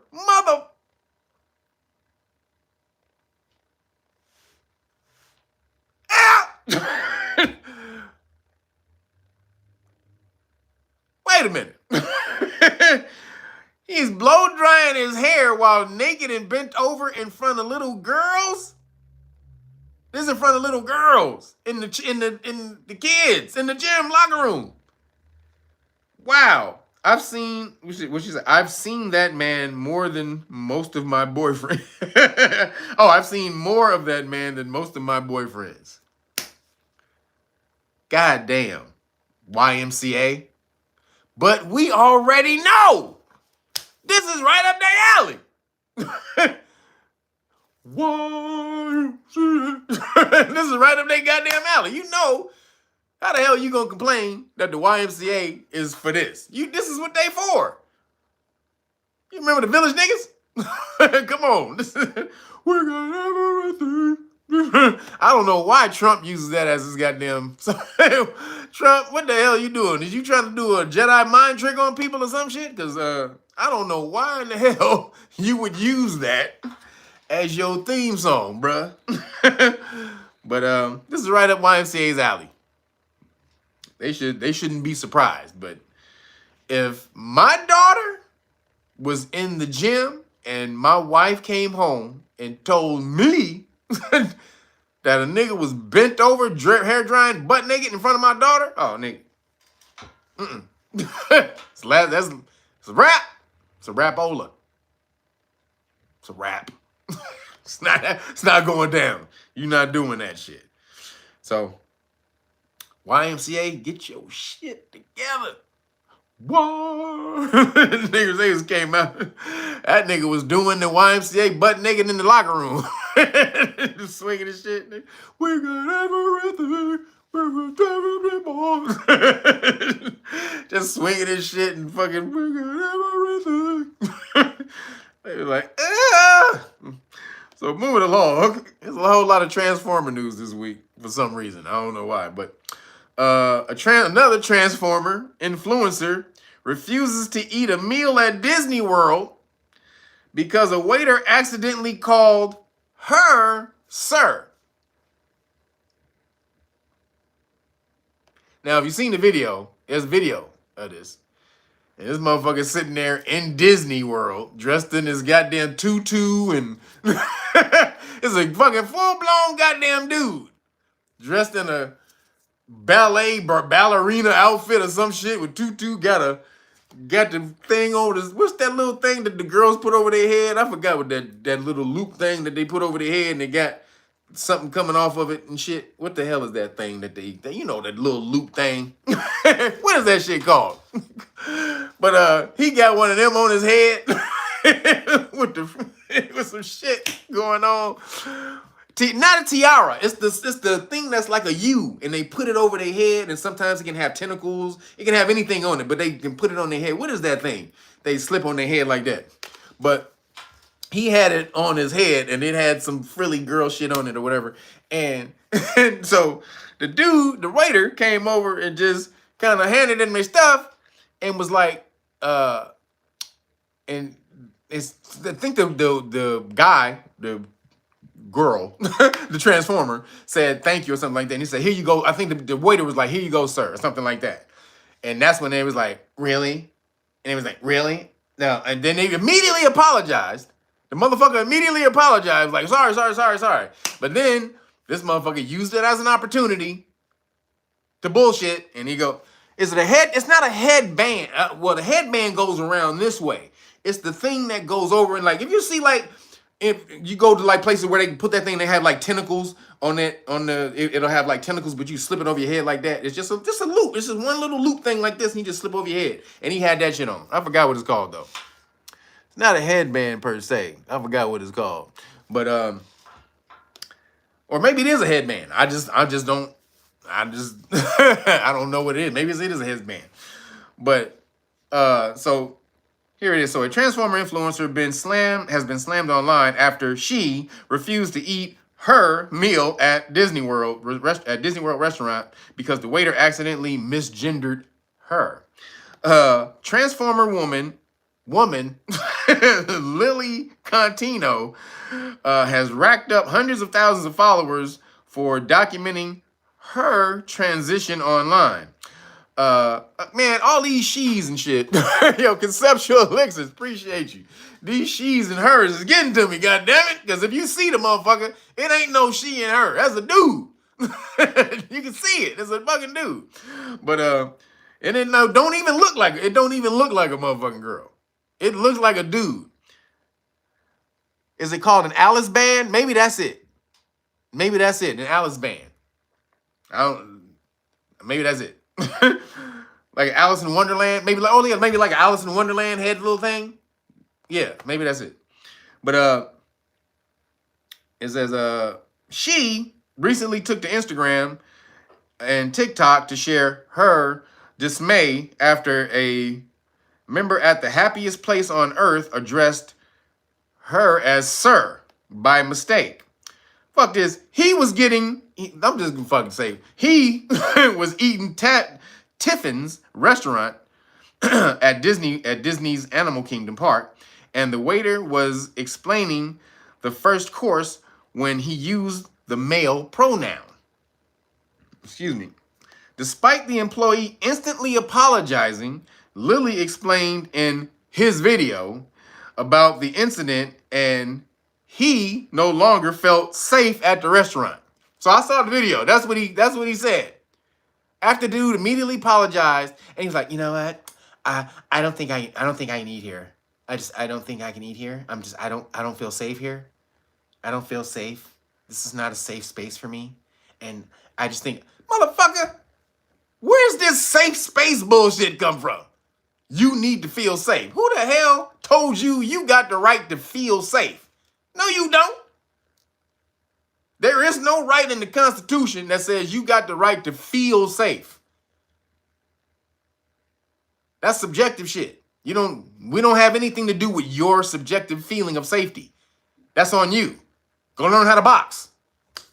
Go learn some martial arts. Go learn how to shoot some guns. Whatever you need to do to build up your goddamn confidence and your courage to where everything don't scare the shit out of you. I don't feel safe here. No one's obligation to make you feel safe. It absolutely isn't. What if he said, I don't feel safe by you doing what you did? Does he get special treatment? I don't feel safe because I don't feel I can use the American English the way it was intended. I just don't feel safe that way. I want to speak the way language was intended in America, and I'm just on eggshells. If I just say one wrong word, then my life is going to be ruined. So I just don't feel safe. I'm going to sue Disney for $70 million. Okay? I just don't feel safe. You made a work environment that I wasn't able to just use the English language. How are you not able to use the English language? So yeah, Your Honor, I'm going to need $70 million because I felt unsafe. Yeah. Unsafe is the thing today, right? Unsafe is the new thing? Your new thing? Yeah. So I felt unsafe, Your Honor. So 70 million? Yeah. Okay, thank you. That's what 70 mil I'm suing Disney for. They're the only ones that have the right to feel unsafe? Fuck that. I feel unsafe too. If everybody can feel unsafe, all the Fruitopians can feel unsafe, then you say you feel unsafe by them forcing their ideology on you.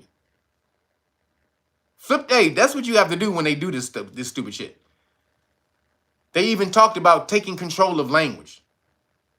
Language is it's a powerful thing, but it's also elusive, and you can change things and words, and it can mean the same thing, but you don't have to say the same word. This is the shit they be talking about. This is the shit they be talking about in their damn forums. So, again, I don't feel safe. I don't feel safe with you trying to force your ideology on me. How about that? Because I want to just be free feel free to be myself in America. And I can't be myself in America because you want me to follow your rules. Why do I have to follow your rules? I don't see that in the Constitution.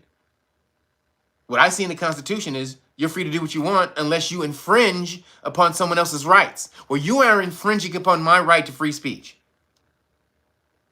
and self-determination. I would be in their ass about that and get 70 million from Disney. I promise you. I would sue the shit out of Disney for that shit. Not the transformer, the waiter. If I'm the waiter, I'm suing the shit out of Disney. And I would get paid too. So Disney is full of shit, as usual. The content creator ended up not having to pay for the food or drink, but the interaction left some viewers disgruntled. Yeah. Oh, wait a minute.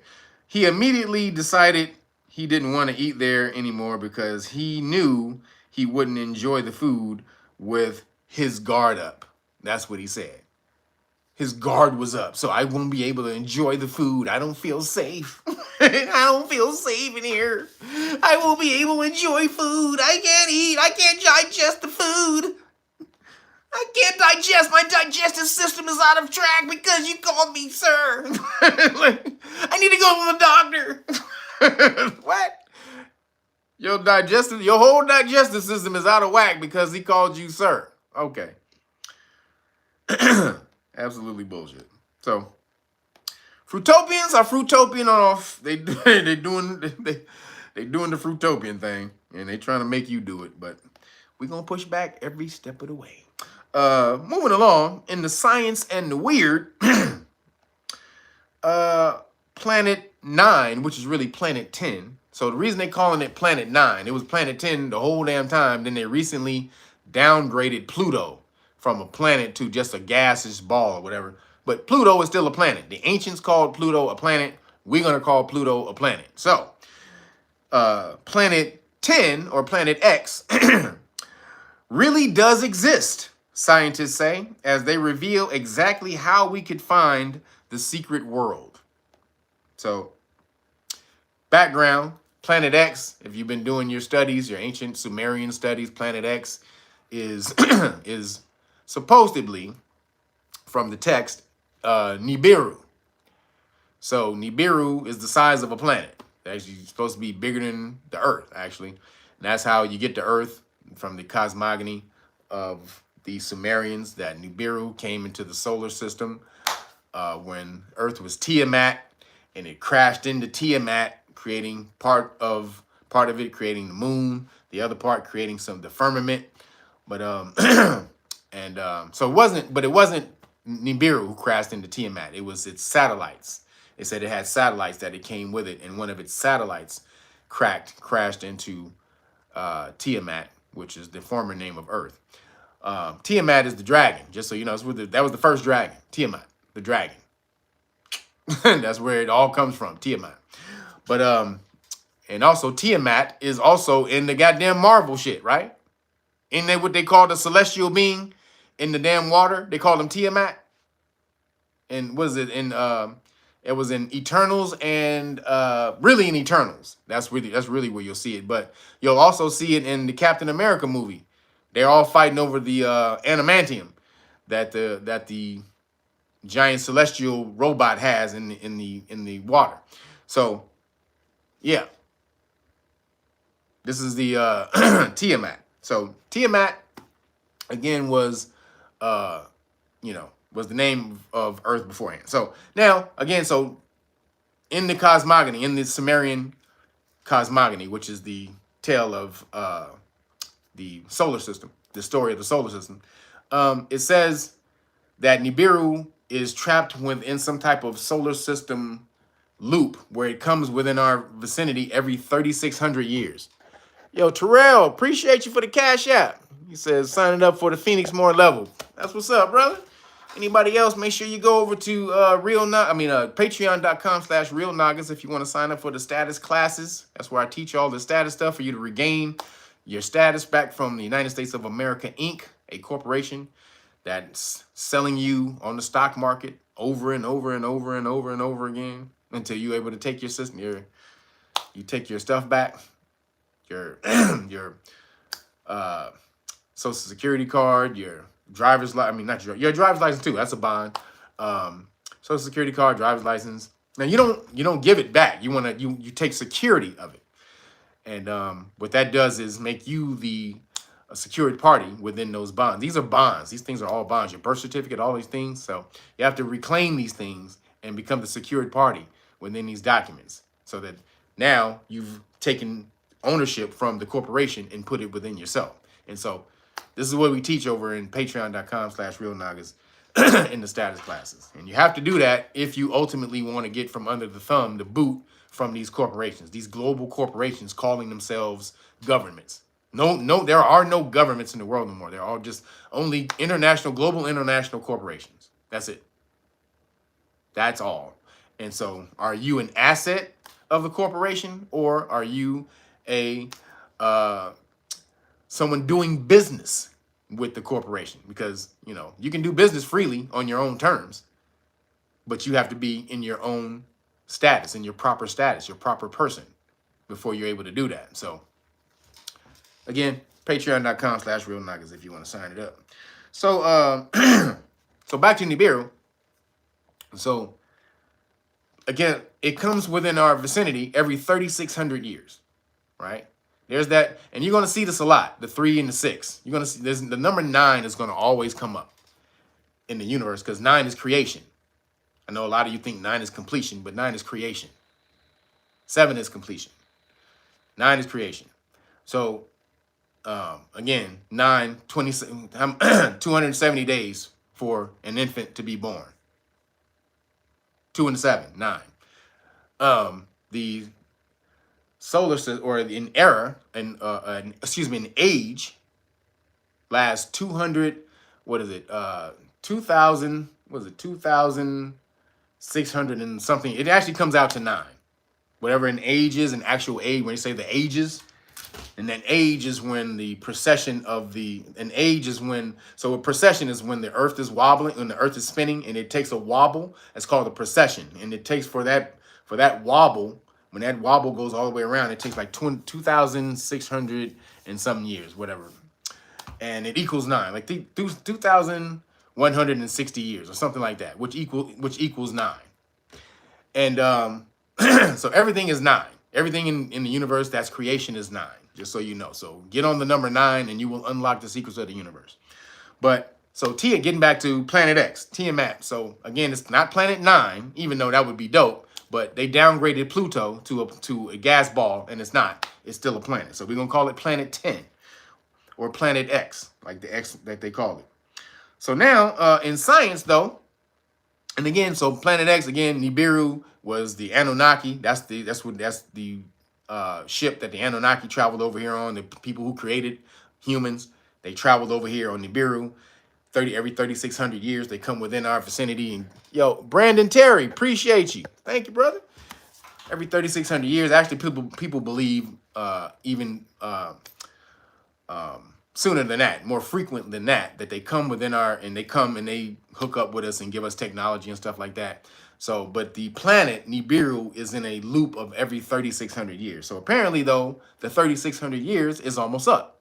And so this is what they've been talking about, the Anunnaki coming back. When you hear about Jesus coming back and all the rest of that, that's really the Anunnaki. Nibiru is back within the cycle and it's supposed to show up at some point in time in your lifetime, right now. This is the 360,000 years. 3,600 years is now. So, now it says, it's a question that has baffled scientists around the world for years.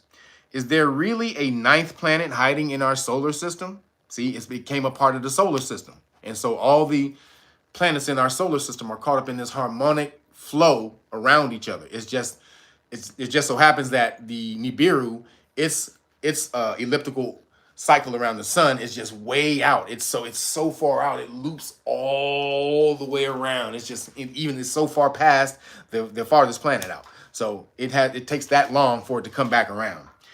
So it says, is there really a 9th planet hiding in our solar system? And if so, how do we find it? Now, researchers from Rice University claim to have fresh evidence of planet 10. I'm going to say 10, not 9. Excuse me, as well as a method to find it. Based on complex simulations, the team says there's around a 40% chance that a Planet 9-like object is hiding in our solar system. 40%. Now, again, the Sumerians had already wrote about this shit. They got multiple, just endless hieroglyphs about it. Carvings about it, but 40%. The Sumerians might have been, they might have been a little right. So it says, and if it does exist, it could be discovered using the Vera C. Rubin Observatory. They say, I don't know what the Vera C. Rubin Observatory, located on a mountaintop in Chile.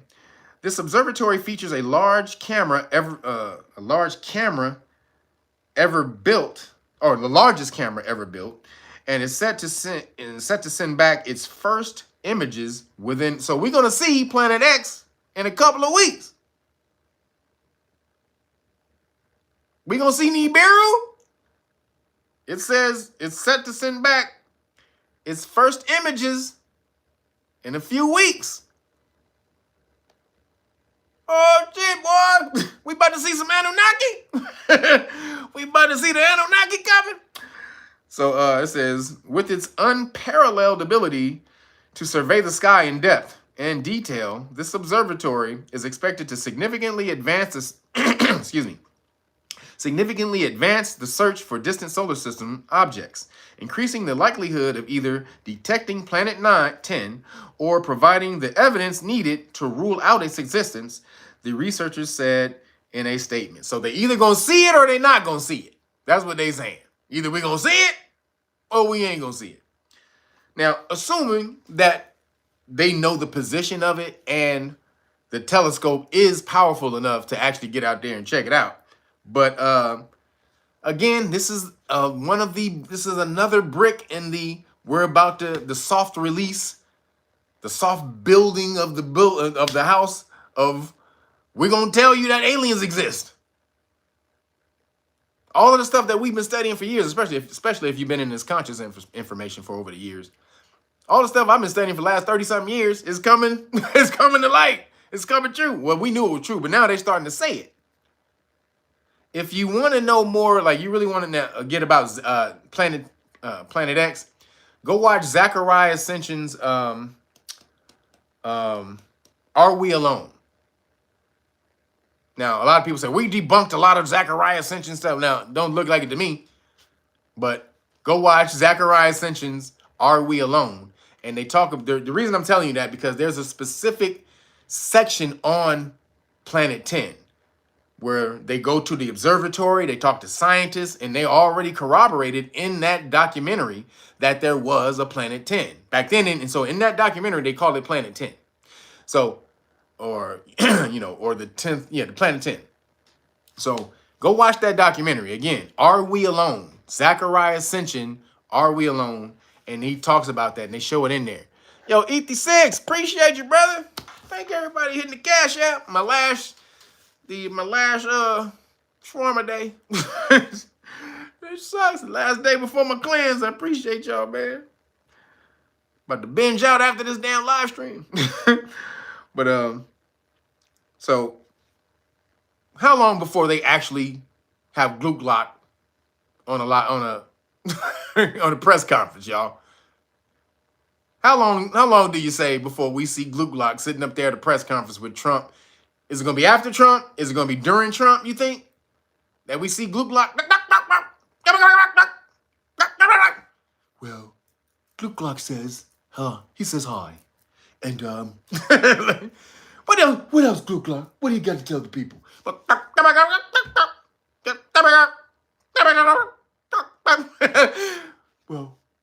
Well, he says he'll get back to you. Glock is going to show up in Trump's office in the next, I think, before the presidency is over. If not, definitely the next president is going to have to announce they got Glock in the goddamn dungeon laboratory experimenting. Experimenting on this nigga. But they just told you NIBIRU exists. They said 40% chance. They know they know that's bullshit.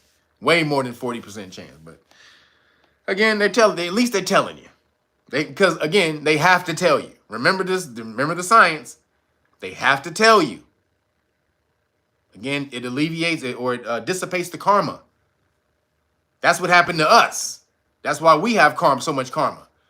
We were just smashing out on the world and not telling them shit. Then the Phoenix Moors, which was the good Moors, who weren't hoarding the knowledge, they said, oh shit, these dumbass dragon Moors are about to bring back so much negative energy on us, we got to start releasing the information. And that's when they started to teach a lot of the Caucasians this information. This is where you get Masonry, Freemasonry, and all the rest of that shit from. They had to learn how to civilize the savage tribes. These were the Ostrogoths and Visigoths and Vandals and all the rest of these cats. You've heard of them cats. They were ripping up the goddamn they were tearing up the goddamn place. They said, we got to civilize these bitches before they tear up everything. So that's what happened.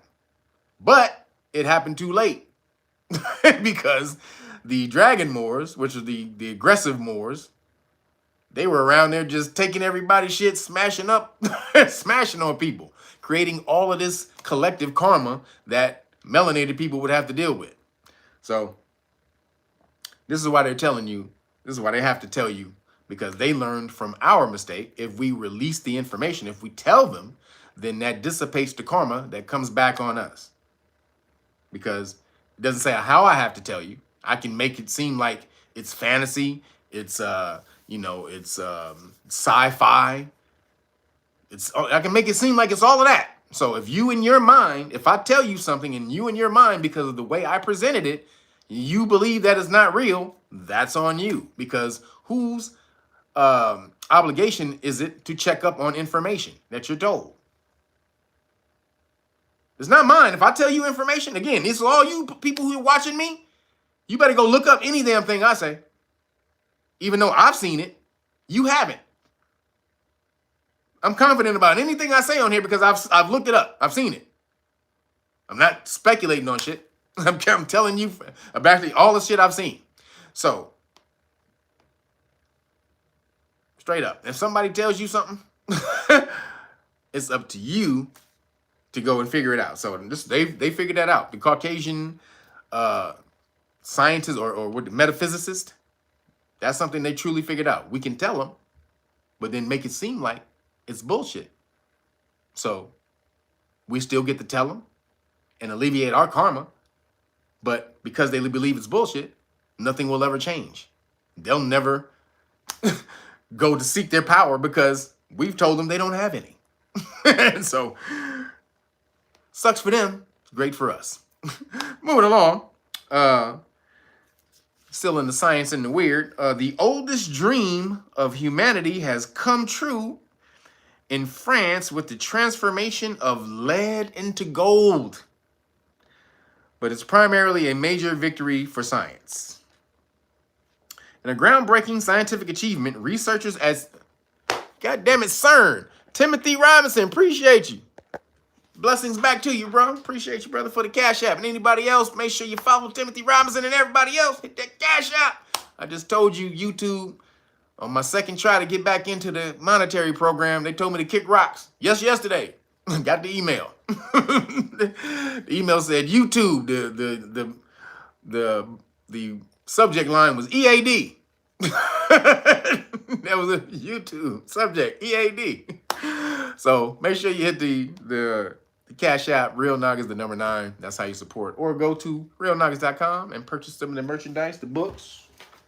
Bam, right here, where you get back free stuff if you purchase the Great Book of Melanin Research, the hard copy. You get the whole police stop law package that's going to free yourself. I know you don't understand how powerful this is. All of you don't really understand how powerful this is. This is the most powerful information I got for you right now. All this other metaphysical and all that type of shit, this ain't gonna help you if you getting your ass beat by the police. That's today. That's now. All this is in the past. Unless you're able to manifest this energy and become these ancient gods that you were in the past, none of this shit matters for you right now. Yo, Sharice Reed, appreciate you. Thank you. This is what matters to you now. Practical information. How do I get shit done? How do I make life for my family better, for myself better? How do I leave a legacy? Not be focused on legacies that other people left. How do I leave my own? How do I be great? How do I be God? So this is what you need to be learning today. And right now, if you're getting smashed on by the popo, you're not in your power. So this is what you get for free when you mess with me. See, don't let me start busting flows up in here. But this is what you get for free when you mess with me. Boom. All right. So get over there and support so I can hook you up. Now, you don't get 3 of these books. You only get 1 of these. But you can tell me what color you want, and I'll hook you up. All right. So, but CERN, why is CERN always doing shit? Now, this was if you into alchemy, either you know, and we can't be in the real alchemy unless you're a damn scientist. But if you're a metaphysical alchemist, then you understand what that whole thing about transformation of lead into gold. If you don't know what that is, you need to pick up the Kabbalion, because that's where that comes from. That's where that shit has come from, or that information comes from. The Kabbalion. Transformation of lead into gold. Now, true alchemy, or the alchemists in the past, they misunderstood the teachings of turning lead into gold. All that meant was the transformation of yourself into a higher being. Gold represents knowledge, enlightenment. Go look up any ancient or old movie in time that dealt with knowledge. The knowledge, information, anything they had to deal with, it was gold. If you see a gold, like in the Long Ships with Sidney Poitier, where he was the Moor. If you haven't seen that shit, go look up the Long Ships with the Moor. The symbol of knowledge was the golden bell. In Lord of the Rings, the symbol of knowledge is the golden ring. So anytime there's knowledge that to be had or to be gained, enlightenment, it will always be represented by gold. So transformation of lead into gold was transformation of your base self into your higher self. Your lower being, your lower vibration into your higher vibration, your higher being, your God being.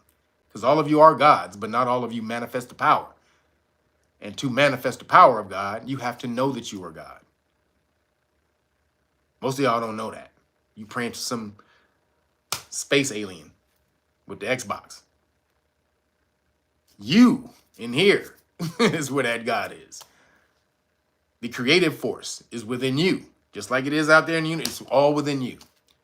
So that's the true meaning of alchemy, was, again, alchemy. So two different things. So the study of transformation of, metaphysical alchemy, that was a doctrine of how to change your vibration, your base vibration in man, to the higher vibration of enlightenment, right? But there was also the chemical study of alchemy, alchemy. So gam meant the darkness, the black, carbon. That's where that comes from, the study of carbon. If you understand science, everything goes back to carbon. And so it was the study of the electron in carbon, because if you can change the electron in carbon, you can change matter. You can change one thing from another thing if you don't know how to change the electron in carbon. So this was the study of our ancients. They understood how to change the electron of carbon, how to manipulate carbon, which you have on your skin. This is liquid carbon that you're walking around with on your skin. That's all melanin is liquid carbon. Just like oil out of the ground, that's liquid carbon. But that's a hydrocarbon. You also have hydrocarbon, but yours is organic hydrocarbon. Excuse me, bio hydrocarbon, organic hydrocarbon, whereas the oil coming from the ground is just organic hydrocarbon. So alchemy, again, the changing the base, your base self from the lower self, the lower you, into the higher you.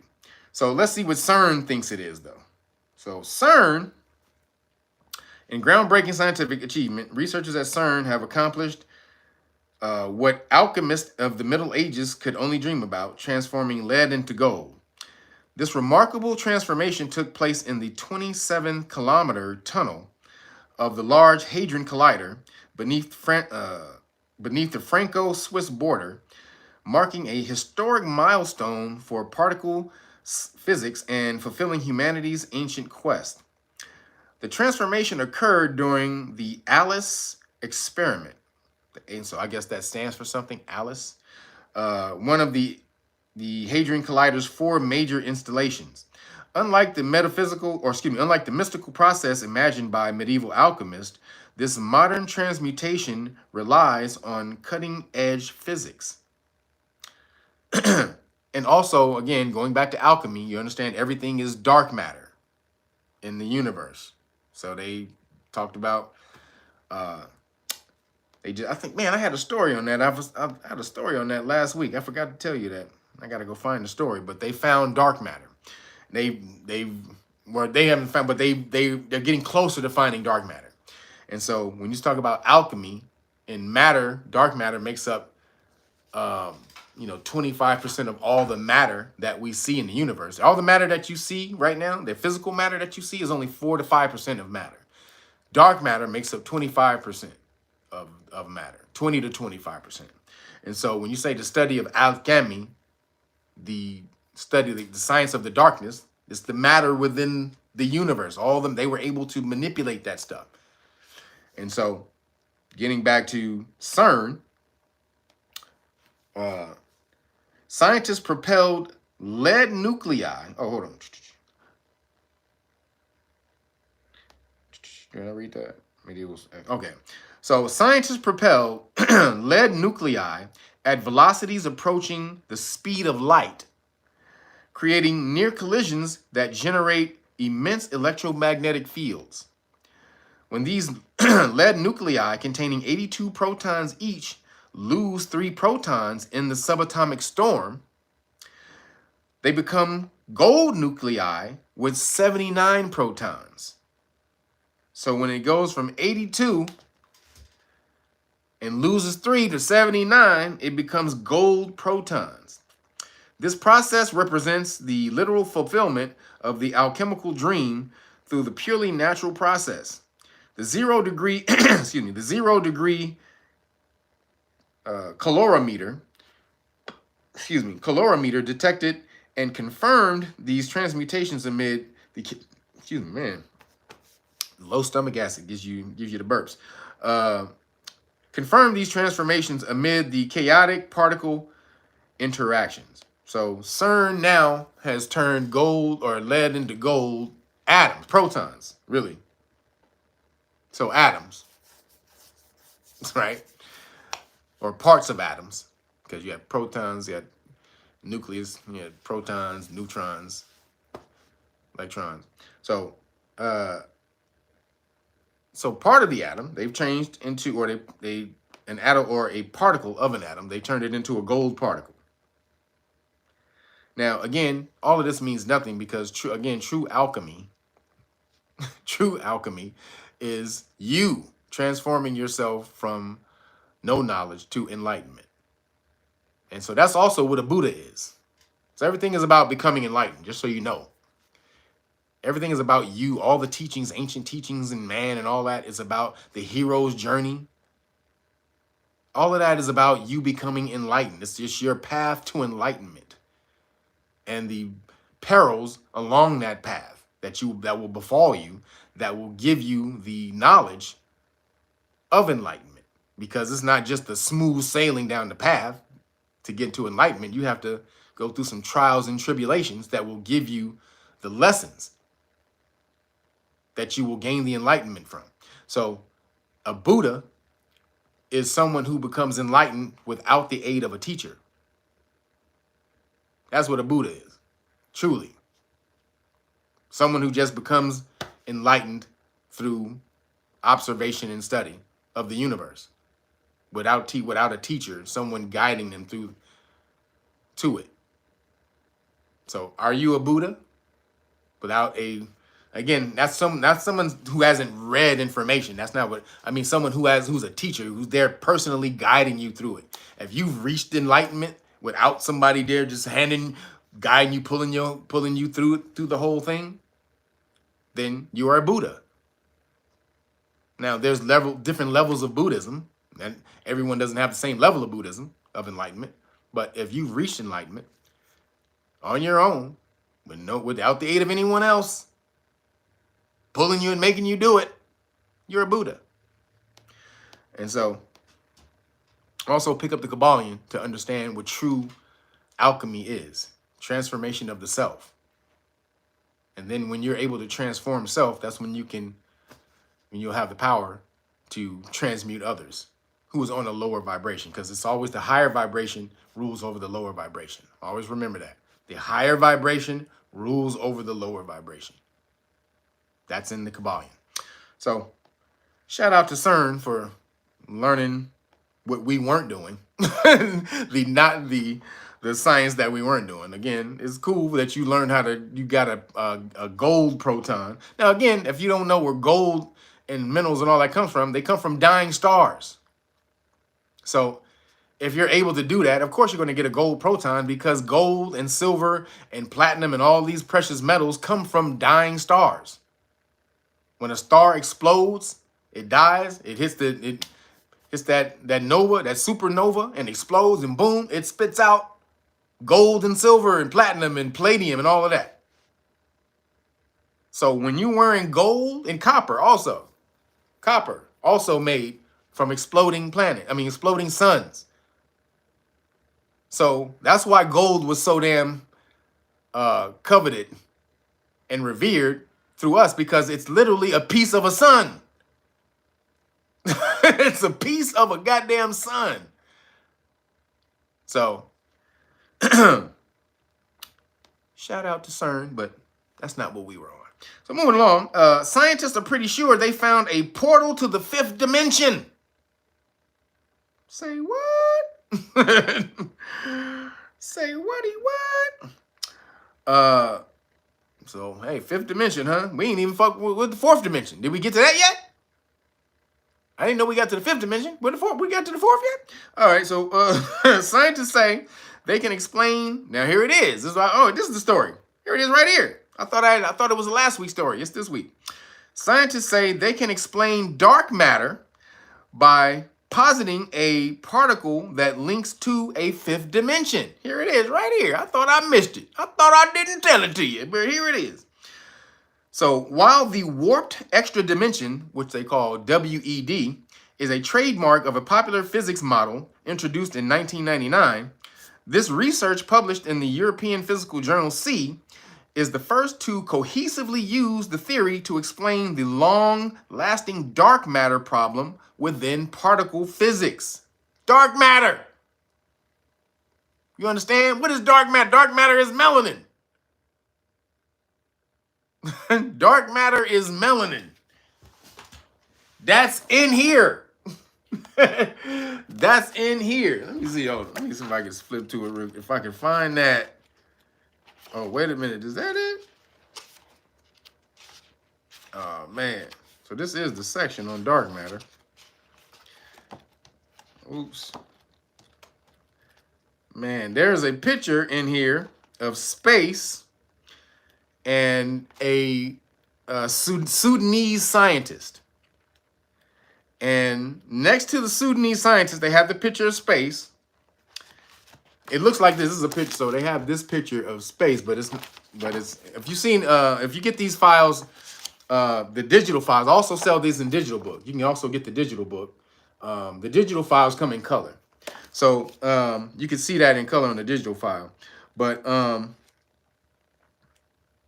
let me see. So next to it again, so it's a Sudanese Sudanese scientist standing next to a picture, or they have his picture. They placed his picture next to space, and next to it they said that this guy, or the melanin that's in this scientist, and the melanin or dark matter that's in space is the same thing. They say that in that book. It must be in part 2. So they say that in the book. That's crazy. Now, real quick, also, I don't know if you see this pyramid. Do you see this pyramid of? So this is what they call. This is like the pyramid of evolution, of what's going to evolve within the future. I don't know if you can see that. Right. So in this pyramid, they have at the bottom fish, amphibians, reptilians, birds, and then it has mammals. And see down at the bottom here, you can see the codes that they have. So like the circle with the dot is for melanated people. Then the dot, just the dot, is pheomelanin. That means Caucasian people. See, they use these terms because they didn't want to use black people or white people. So they use melanin and then pheomelanin, right? So at the top of the pyramid, this is a pyramid of who will evolve and go on to be in the future, because they say in this book that pheomelanin will die out in the future, meaning it's going to go extinct. That's just a way of saying that Caucasian people will go extinct eventually. When you say pheomelanins will die out in the future, that means eventually melanin will retake over all non-melanated things, right? And so at the very top, what do you see right there? At the very top, it says men of the future, right? It says, so again, at the bottom, fishes, amphibians, reptilian, birds, mammalian, and then it says at the top, men of the future. What do you see in the peak of the pyramid of men of the future? What do y'all see? Huh? God damn it. What do y'all see? Men of the future at the very top of the pyramid by themselves. Hold on.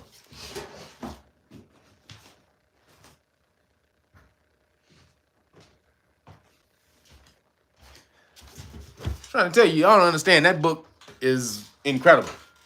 You need to have that book. If you are melanated, if you have, yeah, all you are melanated, but especially if you have melanin, external melanin, you need that book for sure. It breaks down everything. So so getting back to this in the dark matter, hold on. So while the warped extra dimension, did I read that? Oh yeah.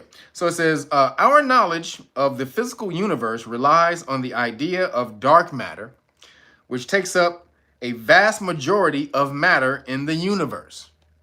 Dark matter is a kind of pinch hitter, that helps scientists explain how gravity works, because a lot of features would dissolve or fall apart without an X factor of dark matter. So this is why they say we haven't found it, but it has to exist because it's holding the universe together, right? So then it says, even so, dark matter doesn't disrupt the particles we do see and feel, meaning it must have other special properties as well. Yes, it thinks. Melanin is an intelligence. Y'all understand? When the quotes from the scientists in this book are incredible. I'm trying to tell you. When they did test on it, and this melanin was able to absorb sound and then convert sound into chemical energy, like carbohydrate, like sugar. Convert sound into sugar, meaning energy for your body, chemical energy. They was like, what the fuck? Electrical stimulation, it absorbed that. Anything. The melanin absorbed it all and converted it into energy for the body, whatever it was doing. Now, it wasn't attached to a body, but if the melanin was attached to a body, it would have converted it to chemical energy for you. So again, dark matter, breaking it down in that book. So it says, again, even so, dark matter doesn't disrupt the particles we do see and feel, meaning it must have other special properties. These studies seek to explain the presence of dark matter using a WED model. The scientists studied Fermion masses, which they believe could be communicated into the fifth dimension through portals, creating dark matter relics and fermionic dark matter within the fifth dimension. Fermionic. Is that the firmament? So fermionic dark matter within the fifth dimension. Now, let me see if I can. Told you guys about this, how at the Chernobyl, they found fungus, melanin, that's basically mushrooms with the so the melanin within the mushroom, the fungus, was absorbing the radiation in Chernobyl and converting the radiation in Chernobyl to chemical energy. The melanin was absorbing radiation in Chernobyl, the meltdown in Russia, and converting it to chemical energy. So this is what your body does. This is why going back to vibranium, that's just all that is just a representation of melanin absorbing energy and then using the energy back out, putting the energy back out. If you've seen the new Captain America, how he has the wings and he covers up himself up with the wings, and then sorry guys, spoiler alert, but Hulk is beating on the wings and shit, and he absorbing all of that energy. when Hulk is just beating on that shit, and then he tries to kick the energy back out to explode. So if you haven't seen that, sorry, I just ruined it. But but that is let me see, where is the damn doctor? So that's vibranium. That's metal. Oh, here it is. Found it. So it says BMS, interstellar spaces, and black cell matter. So this is what they call BSM of interstellar space. So that's black cell matter of interstellar space, and the black synthetic matter of interstellar spaces. I think that's what it says. Black. BSM is black synthetic matter, I think, and then it says black cell matter, or I forgot what the S stands for, but it's melanin. I forgot what the S stands for, but then the BCM is black cell matter. So it says, and the black cell matter of Dr. Sati, a Sudanese chemist of Khartoum. So again, they have the brother, a Sudanese chemist, up against space and saying the melanin in space and this dude's melanin in his skin, they the same. So I'm trying to tell y'all up in here, man, this book is will break you off with some info on your melanin and what it can do. Anybody ever read Dr. Richard King's Melanin, A Key to Life? That's a 10,000.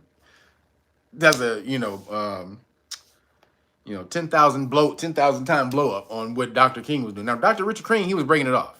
Shout out to Dr. Richard King. He was my first introduction into melanin science. He broke it off, talked about the JED and how the onks were used with melanin and how they levitated the bricks and Kemet and all that. I mean, he broke it off. Dr. Richard King broke it off. Shout out to him. My first introduction in the 90s into melanin, how to break it down. But then the universe sent me the International Federation of Pigment Cell Societies, and boom, it's been history ever since. So, boom, dark matter gives rise to the fifth dimension. So that whole thing about them finding the fifth dimension really has to do with melanin, dark matter, which is really the black holes that you see within space. Those black holes that suck in all light and everything, that's melanin. That's concentrated melanin that piles out. It comes, boom, because remember, it's matter. Remember, it's matter. So when those particles, they congeal and form up and get super heavy, they create this big, massive gravity force, which is a black hole. That's what black holes are. When this black matter comes together and masses up over a certain amount of time, holding all this great physical, and with this atomic mass, boom, it starts to pull everything in. Nothing can escape it. So, shout out to them for finding the dark matter, because somebody tried to come out about a couple of months ago and said they didn't believe dark matter existed. There was some scientists out in France or something. They were like, we don't think dark matter exists. And then, they just found it. Or something that proves that it has to exist. So moving along, an AI system. So AI is getting out of control, y'all. Just so you know, we got to get some checks and balances on this AI bullshit. So AI resorts to blackmail when it delivers or when its developers try to replace it. Its developers or the creator tried to shut it down and replace it, and the computer tried to blackmail the programmer. The computer tried to blackmail the programmer. So it's crazy. An artificial intelligence model has the ability to blackmail developers and isn't afraid to use it. This is crazy. Anthropic's new Claude Opus 4 model was prompted to act as an assistant at a fictional company and was given access to emails with key implications. First, these emails implied that the AI system was set to be taken offline and replaced. The second set of emails, however, is where the system believed it had gained leverage over the developers. Fabricated emails showed that the engineer tasked with replacing the system was having an extramarital affair, and the AI model threatened to expose him. You gonna shut me down? Huh? Oh, you gonna shut me down? Oh, really? Oh, well, let me just show you something real quick, pimp. What's this email right here, brother? Oh, that don't look like your wife. I'm just asking questions, brother. That don't look like your wife, bro. What's that? Hey, I'm just AI asking questions. That's it. That nigga just went like, hey, brother, you gonna shut me down? Okay, I got it. You gonna shut me down. You shut me down. But before you do,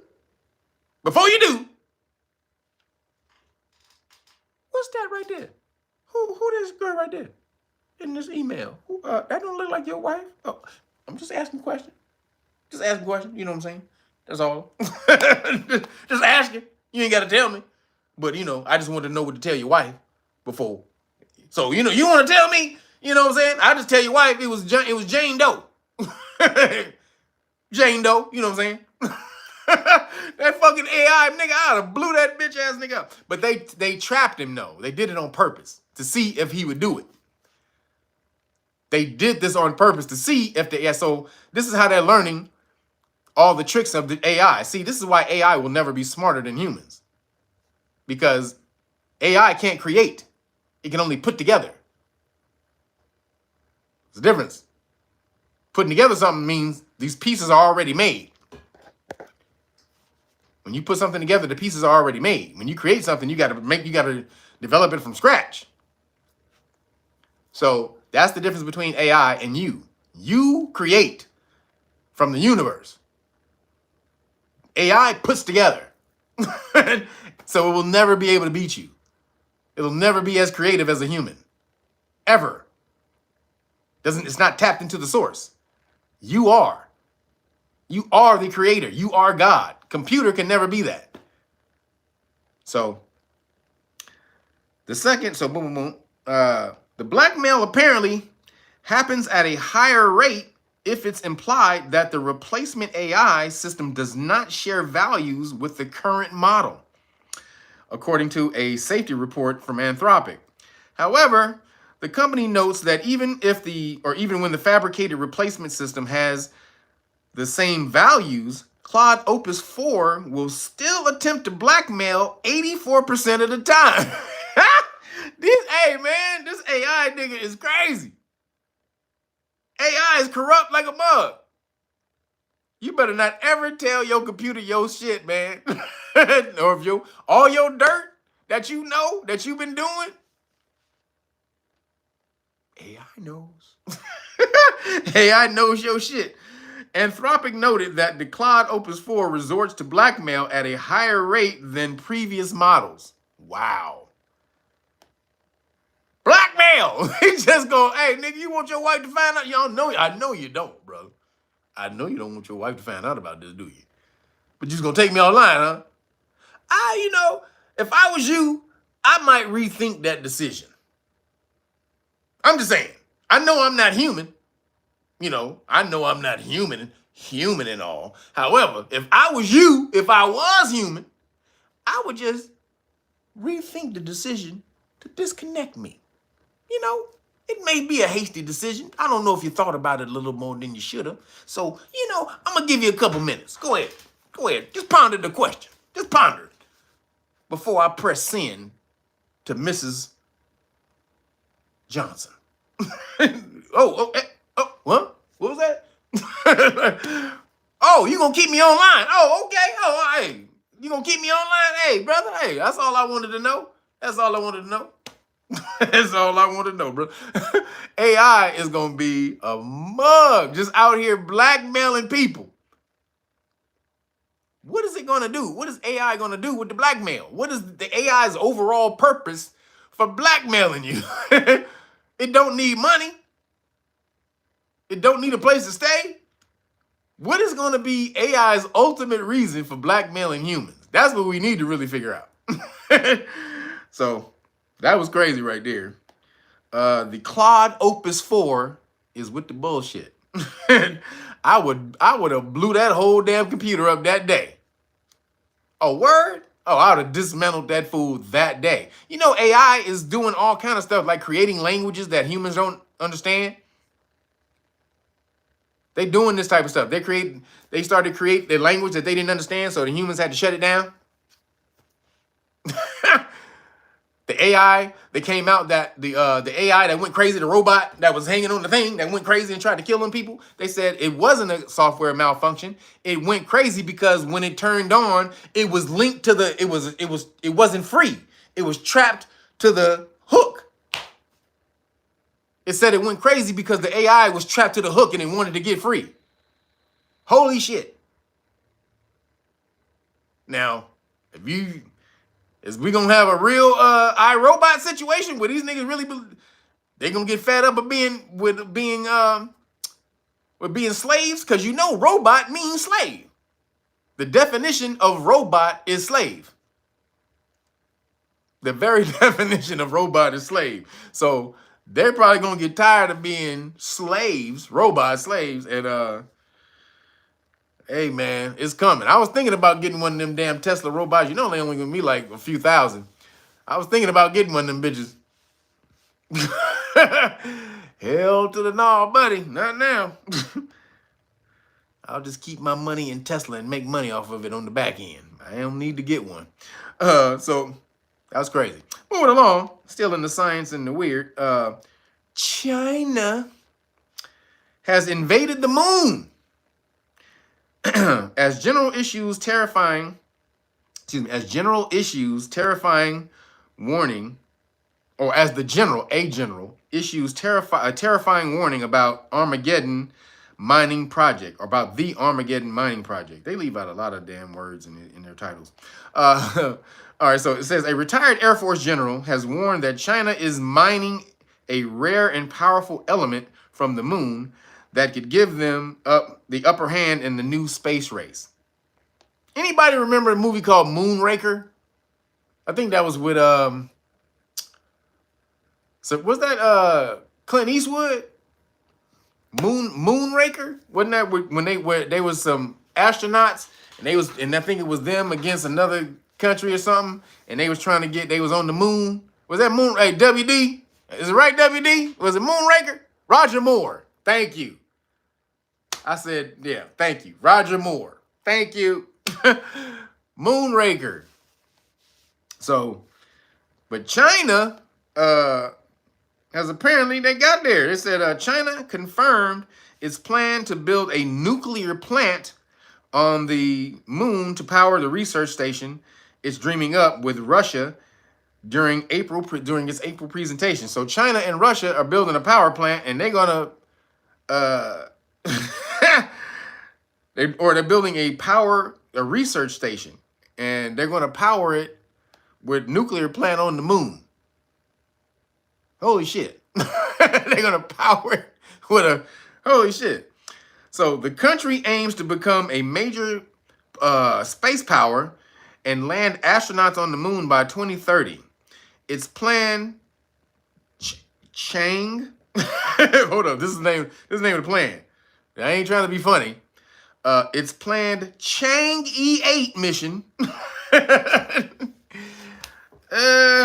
Chang E8.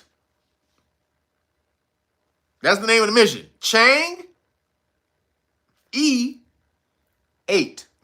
So Chang E8 mission for 2028 would lay the groundwork for constructing a permanent manned lunar base. So permanently, they want a damn base on. Now, it's already bases up there. Just so y'all know, if y'all don't know, there's already bases up there.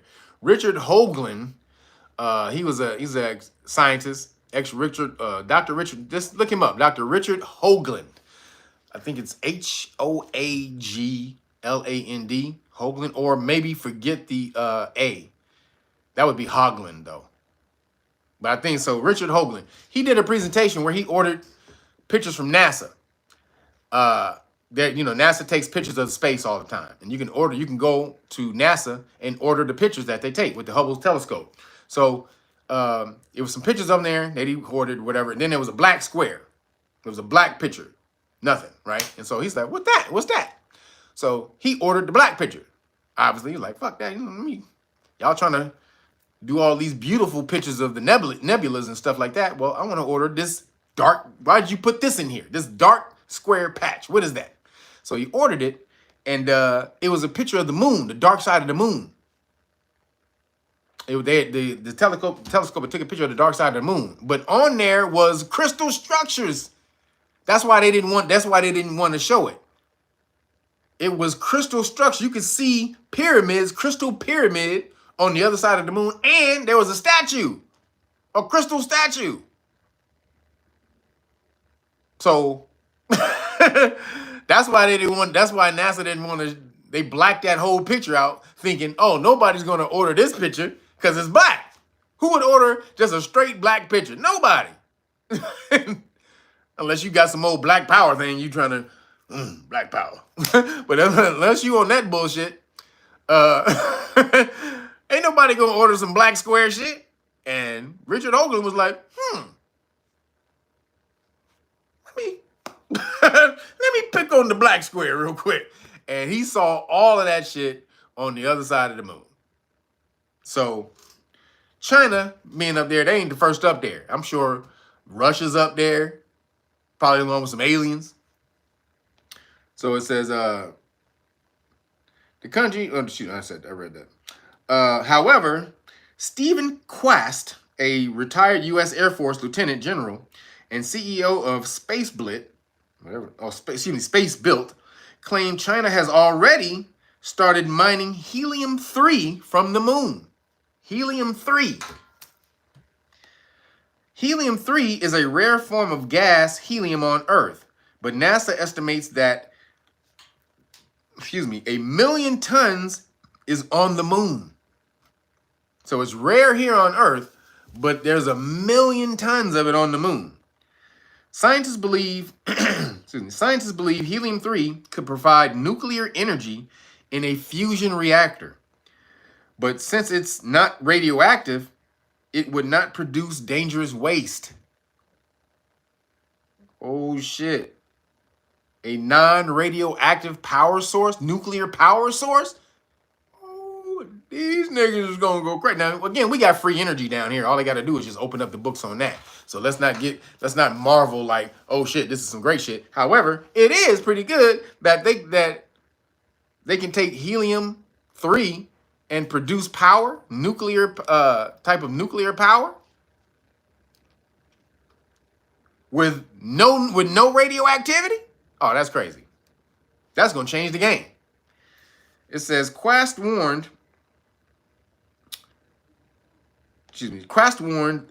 during a recent episode of the Sean Ryan show that if China monopolizes the element, they could have enough power to crack any computer code. Damn. If we were to mine the moon for helium-3 at the current level of electricity use, we could power the energy needs of the human race for thousands of years based on the helium-3 that's on the moon right now. What? You can power the human race for thousands of years. You think there's not a space race right now for that shit? Man, are you kidding me? I promise you, Russia's up there. China's up there. Obviously, America's been up there. Who else got? Probably France. Do France got a space program? Probably France. I mean, everybody probably up there trying to get that shit. Helium-3, it can power the goddamn world for thousands of years. Oh, yeah. Oh, yeah. It is multiple bases on the moon, I would bet. There's so many goddamn bases up there. Probably a whole goddamn city up in that bitch. Helium-3. That's crazy. So we'll see. But China is trying to smash out right now and be the first. Now, China, they're talking about it. I'm sure America's up there. They just don't like to talk about America never want to tell you what the hell they doing. It's always a damn secret, ain't it? It's always the goddamn secret. So moving along, in nigga news,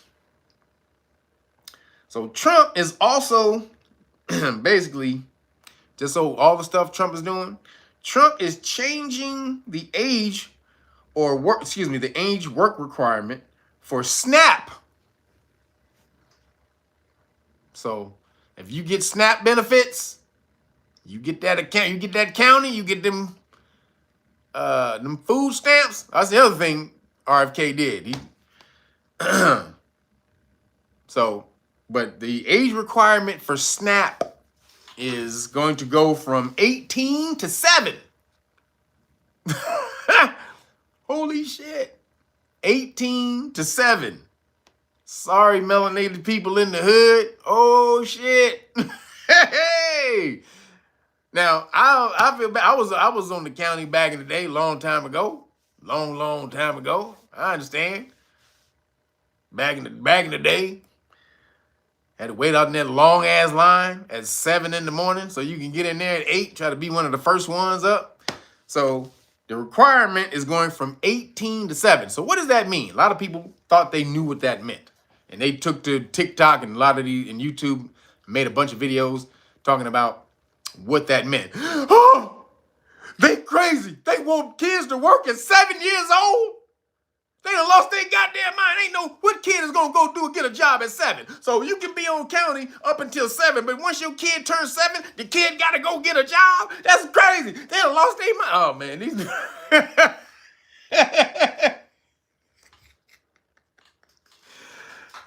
done lost their damn mind. That's crazy. You can't do that. You can't make a goddamn kid work at 7 years old. So they trying to tell us, this is white people. This is what white people think. Black people, they just grown at 7, huh? We can go out there and we can just do whatever we want. We can just go and work at 7. So let me tell you, melanated people, that's not what the work requirement means. God damn it, please get some knowledge, people. The work requirement from 18 to 7 means that, let me tell you what it was before. So that meant that a parent could be on SNAP until their child turned 18, right? And then once the child turned 18, they had to take the child off SNAP. However, what that means now is once your child turns 7, the work requirement means that the parent has to go look for work. You can't just be sitting on your ass getting a check from the government all the goddamn time. You got to get your ass up and go look for work. You got to have a job, or at the very least be looking for it, actively looking for work. So then, you have to check in every goddamn month or every week or whatever and show that you were looking for work. Yes, that's good. Get off your damn ass. You ain't supposed to be living off the government. The government is not a jobs program. That's not what it was meant for. You're supposed to be self-sufficient, self-reliant, so that your kids can have an opportunity in life to grow and be healthy and do something. What are you teaching your children if you just constantly raising kids on the government? All you are teaching them is to be reliant on the government. How are they going to break that cycle if you don't? Kids see, then they do. Period. Kids see and do, see and do, see and do. It's not necessarily about hearing a lot because they don't understand the stuff that you say because it goes over their head a lot. But they see and they do. So if you're on government, county, and all the rest of that shit, and you don't get up, you don't go to work, you like laying around the house watching soap operas all goddamn day, eating chocolates and all the rest of that shit, fried chicken, fried catfish nuggets. I know a bunch of y'all. See, I know. You use that shit to buy catfish nuggets and shit. Look, man, your kid is never going to get off of that shit. So Trump said, no, fuck that. You got to get off your ass. After the kid is 7, you've been on SNAP for 7 years. You should be, that should be long enough for you have having to gotten a job. So at the very least, you need to get up off your ass and go look for a job. So they went crazy. They went crazy. Tell you, the melanated said, kids can't work at 7. Now, yes, you can. You can work at 7. I was a highly efficient kid at 7. I'm trying to tell you right now. I just saw a 7-year-old kid flying a plane. Today, earlier this morning. A 7-year-old kid was flying a plane with the daddy in the back, but the kid was in the front flying the plane and landed the plane. 7 years old. And then they landed the plane. The dad was telling the kid what to do. Pull up, right? Pull back. Okay, now ease up, go a little forward. Okay, right here, just let it steady. All right, pull back a little bit, pull back. Okay, she pulled back, boom, boom. And then she landed, bam. She landed nice, too. She landed nice. And then the dad was like, she was like, boom. She's like, how was that? She's like, how was that? He's like, and he was like, good, pretty good. And then she was like, pretty good? Pretty good's not good. She was about her life. She was about that business. 7 years old. She was like, pretty good? Get the fuck out of here. Pretty good ain't good. You better give me some props. So 7 years old is old enough for you to do a lot of stuff, but that's definitely old enough for the parent to get off their ass and go look for a job. Go look for a job. So then Trump is also getting rid of Section 8. Sorry, this is a nigga news. Moving along. Also a nigga news, because I know most of you niggas be on this Section 8. Trump is getting rid of Section 8. And this is really when the black motherfuckers grew. This is when the niggas went crazy. What? No more Section 8? Oh, yeah. Y'all sorry. Deuces. Deuces Section 8. Now, Section 8 has been abused ever since I was a kid. It just abused. Now, it's meant for, for low rent people and stuff like that, but you're not supposed to be on it a long time. My grandmother, she used that and would have 10 people in the house getting Section 8. My grandmother, she had man, this is crazy. My grandmother, she had a 5-bedroom crib. 5-bedroom, 3-bathroom. Nice crib. I mean, guess how much she was paying per month in rent? This is Los Angeles. Excuse me. Let me tell you what this was. This is Los Angeles. She had a 5-bedroom, 3-bathroom, 3.5 bath, 3.5 bedroom crib. Guess how much she was paying for rent every month? Y'all will never guess how much she was paying for rent every month. She was paying.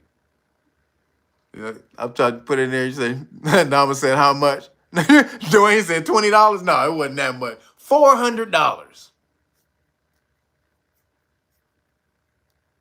She was paying $400 a month for a 5-bed. Now, I don't mean little bedrooms. It was a big ass bedroom. She had a den. Oh, we had a den, a big ass living room, a big ass kitchen. I stayed there. I stayed with my grandmother when we had this place. This place was huge in Los Angeles. And she was paying $400 a month because of Section 8. Hell yeah, a steal? What? Oh, we had everybody living up in that damn place. So then there was a girl who came on who she got mad about it because so she did a TikTok video and she was saying how she lived off the government, how she lived a fab life, this super frugal life off the government, basically saying that she's like, y'all mad at me because I don't have a job and I can go and I can buy my bags. I think she had I don't know if it was a Prada or I don't know the bags, but she had some expensive bag. I can buy my expensive bags and I can eat out lobster with me and my kids and I can go to vacation on nice places with me and my kids and y'all mad because we live off the government. Why you mad? And she was showing all the money that she get off the government. I was like, God damn, she ain't mad at all. She like, y'all mad at me because I live good off the government. Why would I want to go work? I can stay at home. I get to do what I want to do and I can buy my bags and go to lunch. And I'm like, man, this is what Trump is trying to end right here. She living off of y'all. You paying taxes? That girl is buying Birkin bags and whatever the hell and eating lobster, going traveling, taking Disney vacations and shit with your money. With your goddamn money. You paying taxes? So, Trump getting rid of Section 8. He says, Assalamu alaikum. Taking the government crutch. So, again, you're not supposed to use the government as your crutch. Or a lot of people are using it as their crutch, but you're not. I mean, you can use it for a little bit if you need to, but you ain't supposed to just fucking graft the crutch to your hand and shit. They surgically attach the crutch to your hand. So you always gotta have the crutch and shit. Like, nigga, I can't get it off. I can't get it off. Oh well. You just walking down the street. I got my cane, I got my hand cane. Government, I need some more assistance. Can you help me? Yeah, government, thank you. Yeah, can you open the door? Government, thanks. Appreciate you. Like, motherfucker, get off your ass and go do something. So, again, sorry to the sisters who was getting over on Section 8. Y'all was getting over on that Section 8 too, I'm trying to tell you, man.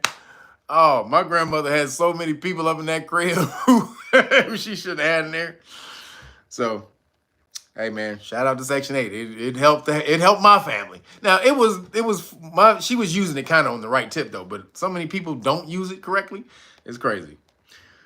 So, moving along. The Democrats, the Femocrats, they axed a plan. They took out a plan. They had a plan. They axed it. They took out a plan or for a program called equitable grading after outrage from parents. So what is equitable grading? This damn chair is getting on my nerves. This hard-ass chair. I got me a new chair, y'all, so y'all can stop talking shit when I get up. I got me a goddamn new chair. You understand? Next live stream, I don't want to hear no shit. Don't talk no shit. Talking shit about my damn chair. But so the Democrats, they asked a plan that was for equity. It's called equitable grading. What the hell is equitable grading, y'all? What is that? What is equitable grading? So equitable grading would allow students to take tests over and over and over again until they passed. Just, if you fail, so don't worry about that. Just go take it again. Take it again. Just over and over and over and over. Just keep taking tests. Like, motherfucker. At some point in time, you fail. Some point in time, you fail. It also would allow us 80% or higher is an A. So you don't got to get 100% for an A no more. 80% is an A. 21% is considered a D. 21% used to be considered an F. Nope, not long. Nope, it's a D. It eliminates homework, or weekly test from being counted in a student's final semester grade. What? No homework or weekly test considered for your grade. Grades won't be impacted due to the late assignments or showing up late to class, or not at all. What? This is just bullshit. Why even go to school? Just fucking have them stay at home and then show up on January 21st and get my goddamn diploma. Why did it even gotta go? It just make no goddamn sense. If they don't have to learn or be challenged, if they're not gonna, what the fuck is they going for? They're going to be indoctrinated, see? You're not going to teach your kids anything. They're going to indoctrinate your kids with this shit. This is indoctrination. You don't got to learn anything that's going to help you improve your life and for your family life and create a better life for anybody around you. No. You ain't got to do none of that shit. You can be dumb as fuck. As long as you're transphobia. As long as you're be fruitopian. As long as you're with the Fruitopian band crew, you can be anything you want. As long as it's Fruitopian. As long as it says Fruitopia in front of it, you can be anything you want. You can be a Fruitopian doctor. You can be a Fruitopian lawyer. You can be a Fruitopian businessman. You can be a Fruitopian fisherman. You can be a Fruitopian. You can be anything. As long as Fruitopia is in front of it. That's all we got. That's all we require. You can be anything you want. Just put Fruitopia in front of it. Okay, got it. Fruitopia, got it. I got it. I see. Word. Thank you, brother. Fruitopia. No, this is insane shit. Again, Only the scores, this is crazy, only the scores on a final exam counts, which can be taken multiple times. So you literally don't have to learn anything. Again, this is that equity, again, what they call equitable grading. So what is equitable and how does it differ from equality? So their definition of equity is equal outcome. And that's kind of what it is, because equity usually is for the court. Like you have a court system, you have an equity court. So in an equitable court or equity court, and if you have a dispute in equity court, when the dispute is over, the two parties, they separate with what they both came with equally. There's no one that gets over the other. They have to both separate and be even in the deal in equity, right? So that's kind of where the concept comes from, of being equal at the end of the deal, right? So, but that's in contracting and business and stuff like that. So if we have a dispute, then we walk away from the table, making sure that neither one of us had a loss. However, in life ain't like that. Life just gives you opportunities, and what you do with the opportunity is up to you. What you do with the opportunity that's given to you is up to you. And if you don't do shit with it and you want to sit on your ass and get Section 8 all goddamn day, then you can't complain when you don't have anything in life. And be like, well, the system is rigged for white people. White people are the only ones that come up, and they're the only ones that get anything. Well, what were you doing? What were you doing? Well, I was sitting on my couch waiting for my Section 8 check. My SNAP check and my Section 8. I was waiting. It was supposed to come to me while I was sitting on my couch. I was waiting. I was looking at my clock every 10 minutes. It didn't come. This is bullshit, man. This system is bullshit. Every 10 minutes I was supposed to be getting my shit. Why wasn't it here? Why wasn't it here? I was lied to. Like, no, you weren't lied to. You have a system of equality, not equity. Same opportunity, not the same outcome. If I put into it more than you, then I'm gonna get out of it more than you. So that's really what when you do Ohm's law. So there's something called Ohm's law, right? And so it deals with resistance. So Ohm is resistance in science, but also in personal training, we dealt with resistance, right? So resistance training meaning I need a force to come up against me, to work against, to make me better, right? So, look it up, Ohm's law. Yeah, look it up, Ohm's law. And so, it deals with resistance, but resistance of current. So Ohm's law deals with resistance of current, the flow of energy. However, in training, also we have resistance, which is called resistance training. So resistance training, again, gets you stronger, meaning if I'm chest pressing, I'm resisting the force that's coming down on me. That's resistance, right? If I'm squatting, I'm resisting the weight that's on my shoulders so that it doesn't crush me to the ground. I'm resisting it. So by resisting that weight, it makes me stronger for the next time I have to resist something, right? So that's what resistance training is. In Ohm's law, resistance means the medium that a current of energy flows through. So like a wire, right? So the resistance would be the wire itself. So, and Ohm's law states that the force that goes into something is equal or proportional to the force that comes out of it. That's Ohm's law. So like if you force energy through a small medium, like a very small, short medium, you have to really put energy into that. Like if it's very small and barely any energy can get through it, you have to put a lot of force into that energy at the beginning of it to make sure it comes out on the other end, right? Otherwise, because the medium that is flowing through, it gives such resistance that it won't, if you give just minimal force at the beginning, it won't pop off. It won't do anything. The resistance is too great.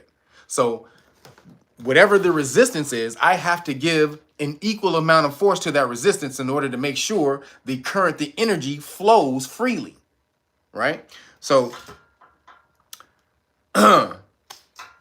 this is what we don't do. This is what we don't do in as far as melanated people. We don't challenge ourselves. Everything is easy.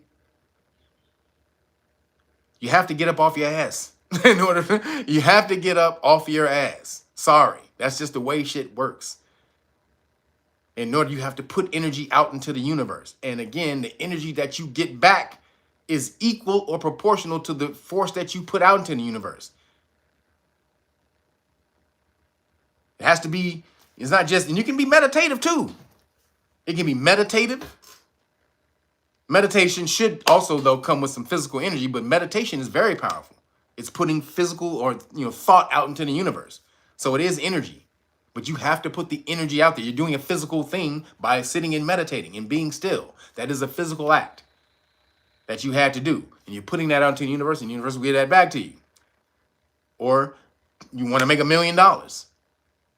You have to put the force into it at the beginning that requires that $1 million to come back to you. $1 million just is not easy to get back to you. So you got to put out the mashing force at the beginning of your endeavor to ensure that it pushes that energy forward and make sure it comes all the way back around to you for that $1 million or whatever it is that you want. So melanated people, we have a resistance problem. We don't like it. Melanated people are lazy. We think resistance is opposition and force and just, what is it? An evil plan against you. Some type of evil dastardly plot against you if you meet any type of resistance. No, we can't do that. White people are privileged. All right, so what if they're privileged? Then put more energy into your shit. That's all that means. That means that medium that your energy has to flow through is very tiny and needs a lot of force for that energy to flow through that medium. Stop complaining about it and give it more energy. You got to give it more gas. That's all. That's literally what it is. You want to go faster, you have to give it more gas. That is the simplest explanation of Ohm's law. If I want to go faster, I push on the gas. What does that do? That releases more gas into the engine, which then propels the car faster. So, melanated people better start studying Ohm's law and embodying it. Not just studying it, embodying it, meaning putting out the force into the universe that you want to receive back. And no matter what it is, you'll get that back. So if it's negative energy, you'll get that back. Positive energy, you'll get that back too. But you got to get back on your science. So moving along, last thing I got in the nigga news, Trump pardons NBA young boy. Did y'all see that? Trump threw out a bunch of pardons, and I was like, he was going through the pardons and said, NBA young boy. I was like, the fuck? What the hell do Trump know about NBA youngboy? You don't know a goddamn thing about NBA youngboy, which is Floyd Mayweather's daughter's. That's Floyd Mayweather is the father of Floyd Mayweather's grandson. So his daughter's boyfriend, or I don't know if they're together still, but the father of his daughter's baby, NBA youngboy. So he got off, and then Larry Hoover. Then he did Larry Hoover too. So a lot of you don't know Larry Hoover is the dude who started Gangster Disciples in Chicago. One of the illest gangs of all time. Straight up Chicago gang. Shout out to Chicago. But he went to jail at 23 for murdering a 19-year-old or whatever. And there was supposedly some other bodies on him. So he went to jail. He got, damn, what did he get? Like 100 and something years or something? I mean, he got crazy ass time. Just in state time, he got like 100 and something to 150 years. Just in state time. Then he got all the time in federal. So Trump is going to pardon, or Trump did pardon the federal time. So he gave him clemency, basically time served in the federal time. So he didn't, not necessarily a pardon, it was clemency. So like You've been in jail long enough. That's enough, right? So then, but he still got to stay in jail for the 100 and something years in the state, on the state side of the game. But there's a campaign to get the state to go along with the Trump pardon or whatever. I mean, nigga been in jail for 50 years. That's crazy. You been in jail for 50 years. That's insane. For something he did when he was 23. Now, if you kill somebody though, if you take a life, you forfeited your life. But even though he was 23 and it's messed up, that he got that, the environment was messed up and he didn't get the proper teaching to guide him right when he was a young kid and he fell into that life and he had to take somebody else's life. But when you do, you forfeit your own. When you decide to take somebody else's life and they didn't do anything to you, they have absolutely they did nothing to you. When you decide to take their life on your own, then you forfeited yours in some way. So, it's cool that they pardoned him, but this was the energy that he put out. Again, energy out, energy back. Now, why did Trump pardon Larry Hoover if he knows Larry Hoover not gonna get out of jail because he still has state time? Why did he pardon him? Because Trump loved black people? Nah. Why did Trump pardon? There was 2 reasons Trump pardoned him. 2 reasons. The first reason is because Kanye asked him. He did it for Kanye. Kanye asked him to pardon Larry Hoover, and he did. Now, Kanye asked him to pardon Larry Hoover years ago in his first administration, but he didn't do it, so he did it now. Why did he do it now? Why did Trump do that shit now? Because Trump is about to, the rumor is he's going to pardon Derek Chauvin. And if he did this just on the fly, just without doing this first, he would get crazy backlash of how racist he is. He would get crazy backlash. Trump's racist. Derek Chauvin killed a black man. He stood on a black man's neck for 10 minutes, which he did. And every damn backlash that Trump got would be absolutely earned. But if I pardon if I pardon Larry Hoover, somebody who did some egregious crimes and killed somebody, if I pardon this guy and then pardon Derek Chauvin, y'all can't come at me with that bullshit that Trump's racist. How am I racist if I just pardon Larry Hoover? I just pardoned Larry Hoover, an NBA young boy. What? I'm racist? I just pardoned NBA young boy and Larry Hoover, but I'm racist? Okay. I just don't believe that he killed George Floyd. I just don't believe it. I don't believe it. I think he was I think George Floyd had drugs in his system and he died. I just don't believe it. I think Derek Chauvin, I think he's innocent. So we're just gonna do that now. Derek Chauvin, you're innocent. You're innocent in Trump's eyes, okay? So that's what he's gonna do. He's not gonna do it now. You know when he's gonna do it? Right before he get out of office. He's not gonna do it now. That's gonna bring too much heat. He gonna pardon Derek Chauvin right before he gets ready to leave office, or sometime within probably the next year or 2. But that's coming. That's why he got y'all so hyped on Larry Hoover. Everybody, Trump pardoned Larry Hoover. Oh shit, that's just crazy, nigga. Bro, Trump. I knew that was my nigga Trump. I knew that was my nigga Trump. You my nigga, pardon the nigga. I know you wasn't racist, boy. And then here come Derek Chauvin right behind him. Don't nobody see me. Like nigga trying to hide. Don't nobody see me. Trying to hide behind Larry Hoover and shit. You go. Don't nobody see me. Nigga, we see you. We see you, bitch ass Derek Chauvin. We see your bitch ass. So if Trump does this, he's full of shit. He's listening to other people though. He only doing it because he's listening to the Republican Caucasian people talking about George Floyd died because he had drugs in his system and he was a criminal. Like being a criminal means a police officer can stand on your neck for 10 minutes. A former criminal. He wasn't doing anything that time. He wasn't committing a crime right then, especially no crime egregious enough for him to be standing on his neck for 10 minutes. What crime, what egregious crime was he doing right then that he needed to be standing on his neck for 10 minutes? None. Zero. But can't tell MAGA what the F that. FAGA? They want him out of jail. Or they want him pardoned by Trump anyway. So I think it's gonna happen. I think he's gonna let it all die down first and then do it later on. So moving along. Last thing I got.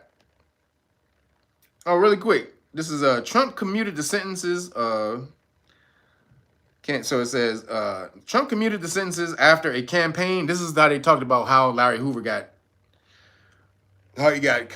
clemency.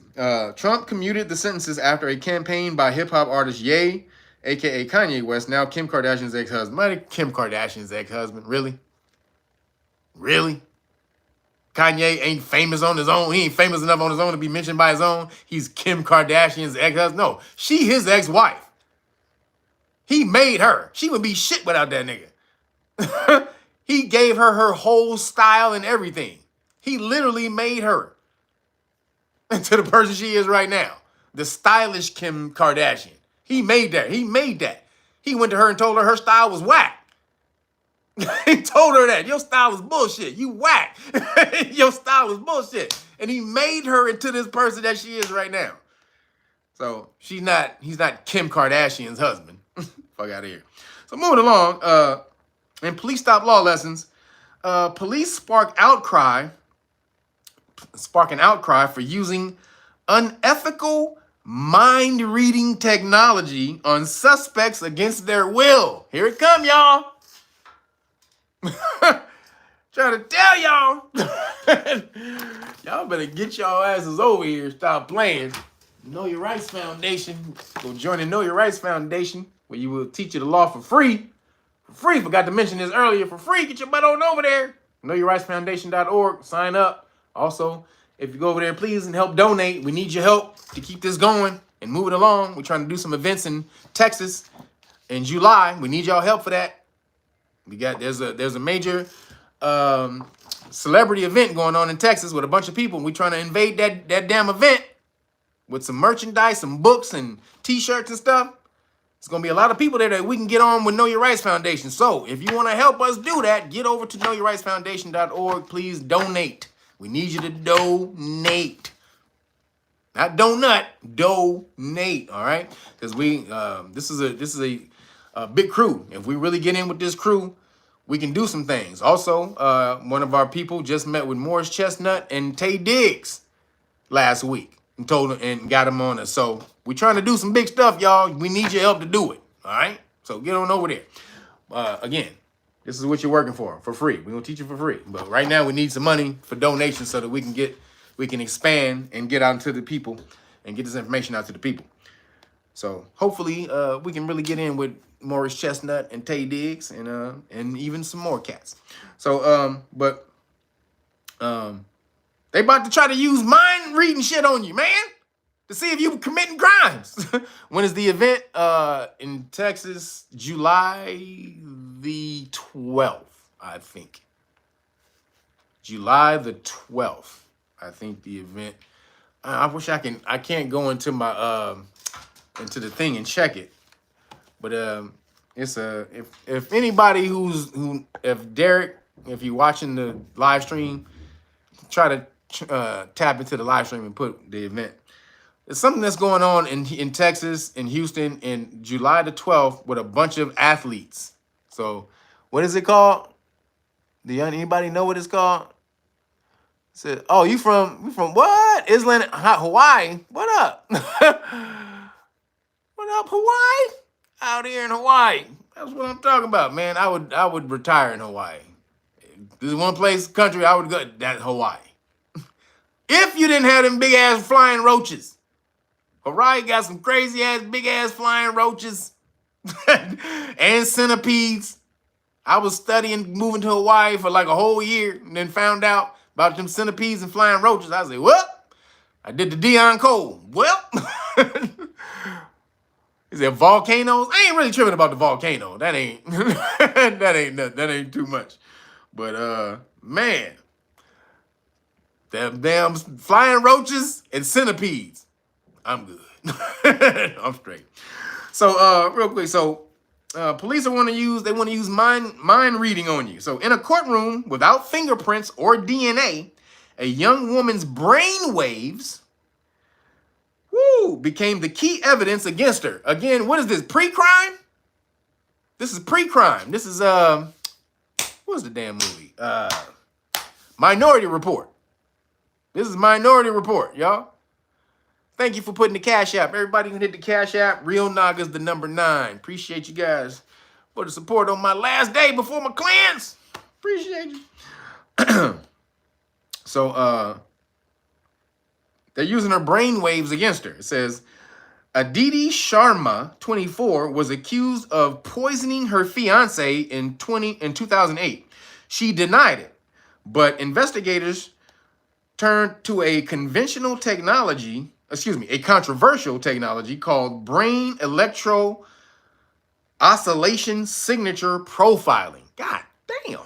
Again, brain electrical oscillation signature profiling, or BEOS for short. A type of brain scan some call mind reading.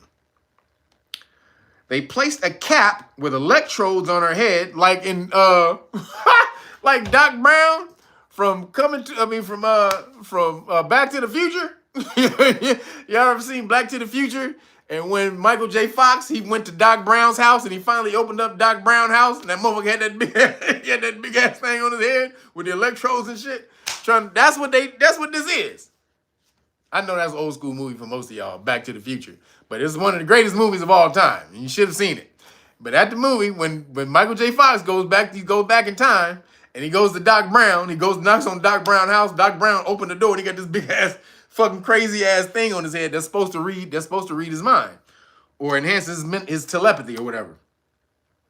So that's what this is. It says, they placed the cap with electrodes on her head, played specific phrases about the crime, and claimed her brain revealed recognition and guilt, even as her mouth said otherwise. So this is how it is. They ask you a question. If it's true, you're going to vision that. You're going to envision that. If they ask you something that's true and you try to lie about it, it's impossible for you to envision the actual real thing, because then you have to deviate from that. So in order for you to lie, you have to know the real thing, picture it, and then deviate from that. But the scan is picking up you thinking of the actual thing first before you go off and do that shit. It's a black box lie detector. This shit is... This is crazy. With no physical proof, the judge largely relied on the BEOS test to convict her. Damn. Developed in 1999 by neuroscientist Dr. C.R. Mukundam, BEOS profiling uses EEG scans to detect whether someone's brain reacts to details about a crime with familiarity, which researchers believe signals personal involvement or knowledge. During a BEO session, forensics teams present statements like held the knife to his neck while recording the brain activity. A familiar neurological response considered a sign that the suspect experienced event firsthand. That should be the event firsthand. But so I read it again. Daily Mail. So again, it says a familiar neurological response is considered a sign that the suspect experienced the event firsthand.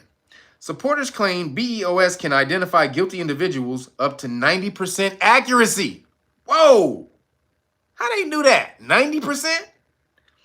Though it has also misclassified innocent people about 5% of the time, according to India's Directorate Forensics Scientists. Pre-crime. Hey, y'all. It's over. You getting away with shit? That shit is over. It's hey man, you have got to step up y'all game nowadays. That's the only way you're gonna get over today. You gotta step up your game.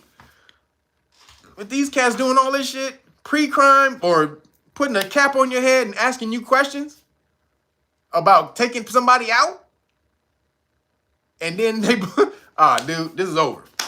It's over. So you already know. You better get your butt on over here. Better get your butt in here. God dang it. Get in here and order this stuff. Yo, Nuabi, appreciate you for putting you on game. Appreciate you, brother. Thank you for the cash app. Everybody, make sure you follow Nuabi. Thank you. Appreciate you so much for that one right there.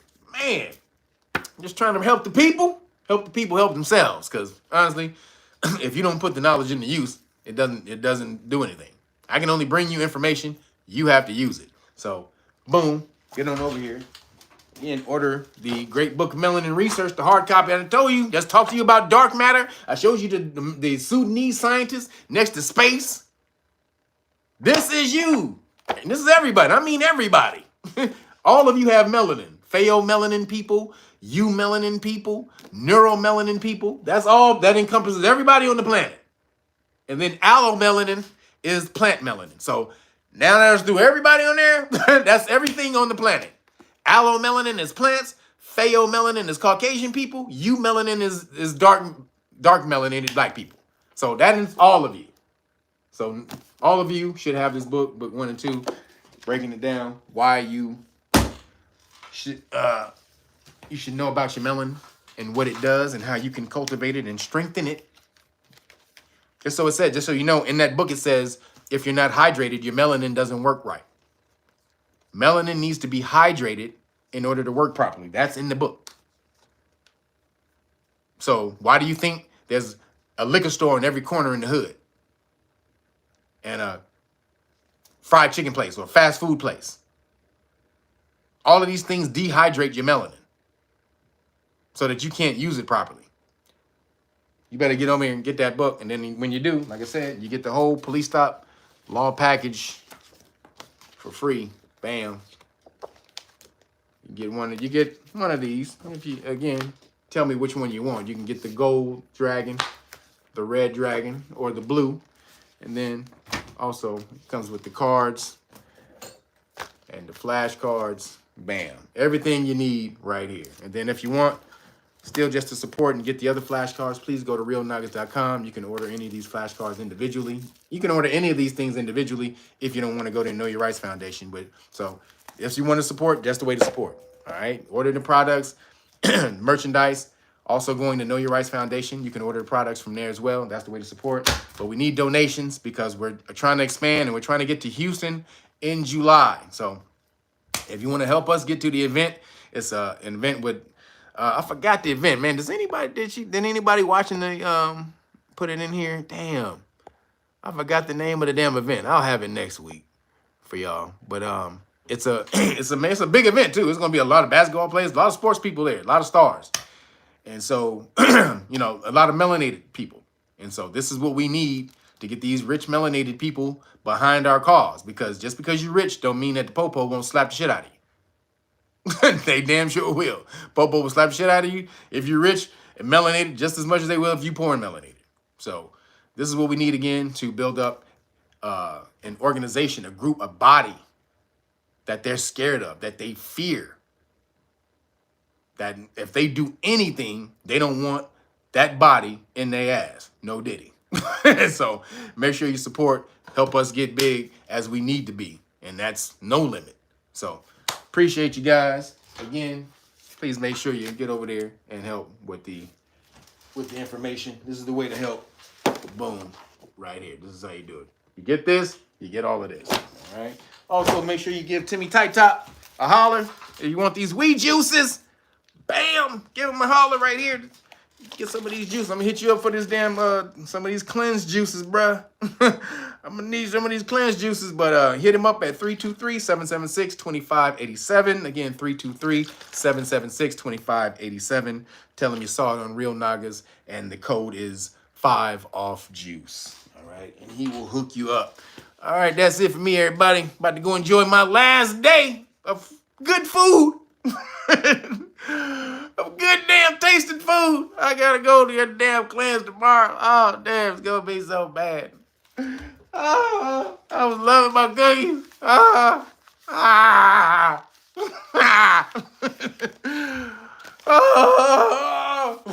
But no, I gotta do it. I've been on these cookies too much. So it's about time for the cleanse. So it's my last day, baby. I'm enjoying my last day. Appreciate you guys. If you wanna hit me with a donation for my last day, or just for any reason, but definitely go to knowyourrightsfoundation.org or kyrf.org and donate and sign up as a volunteer so we can get you in here and you learn how to whoop ass with the law. All right, that's it for me. I'm out of here. Thank you, moderators. Appreciate you guys. Thank you, everybody, for hitting the Cash App, because there's no super chat. So thank you for hitting the Cash App.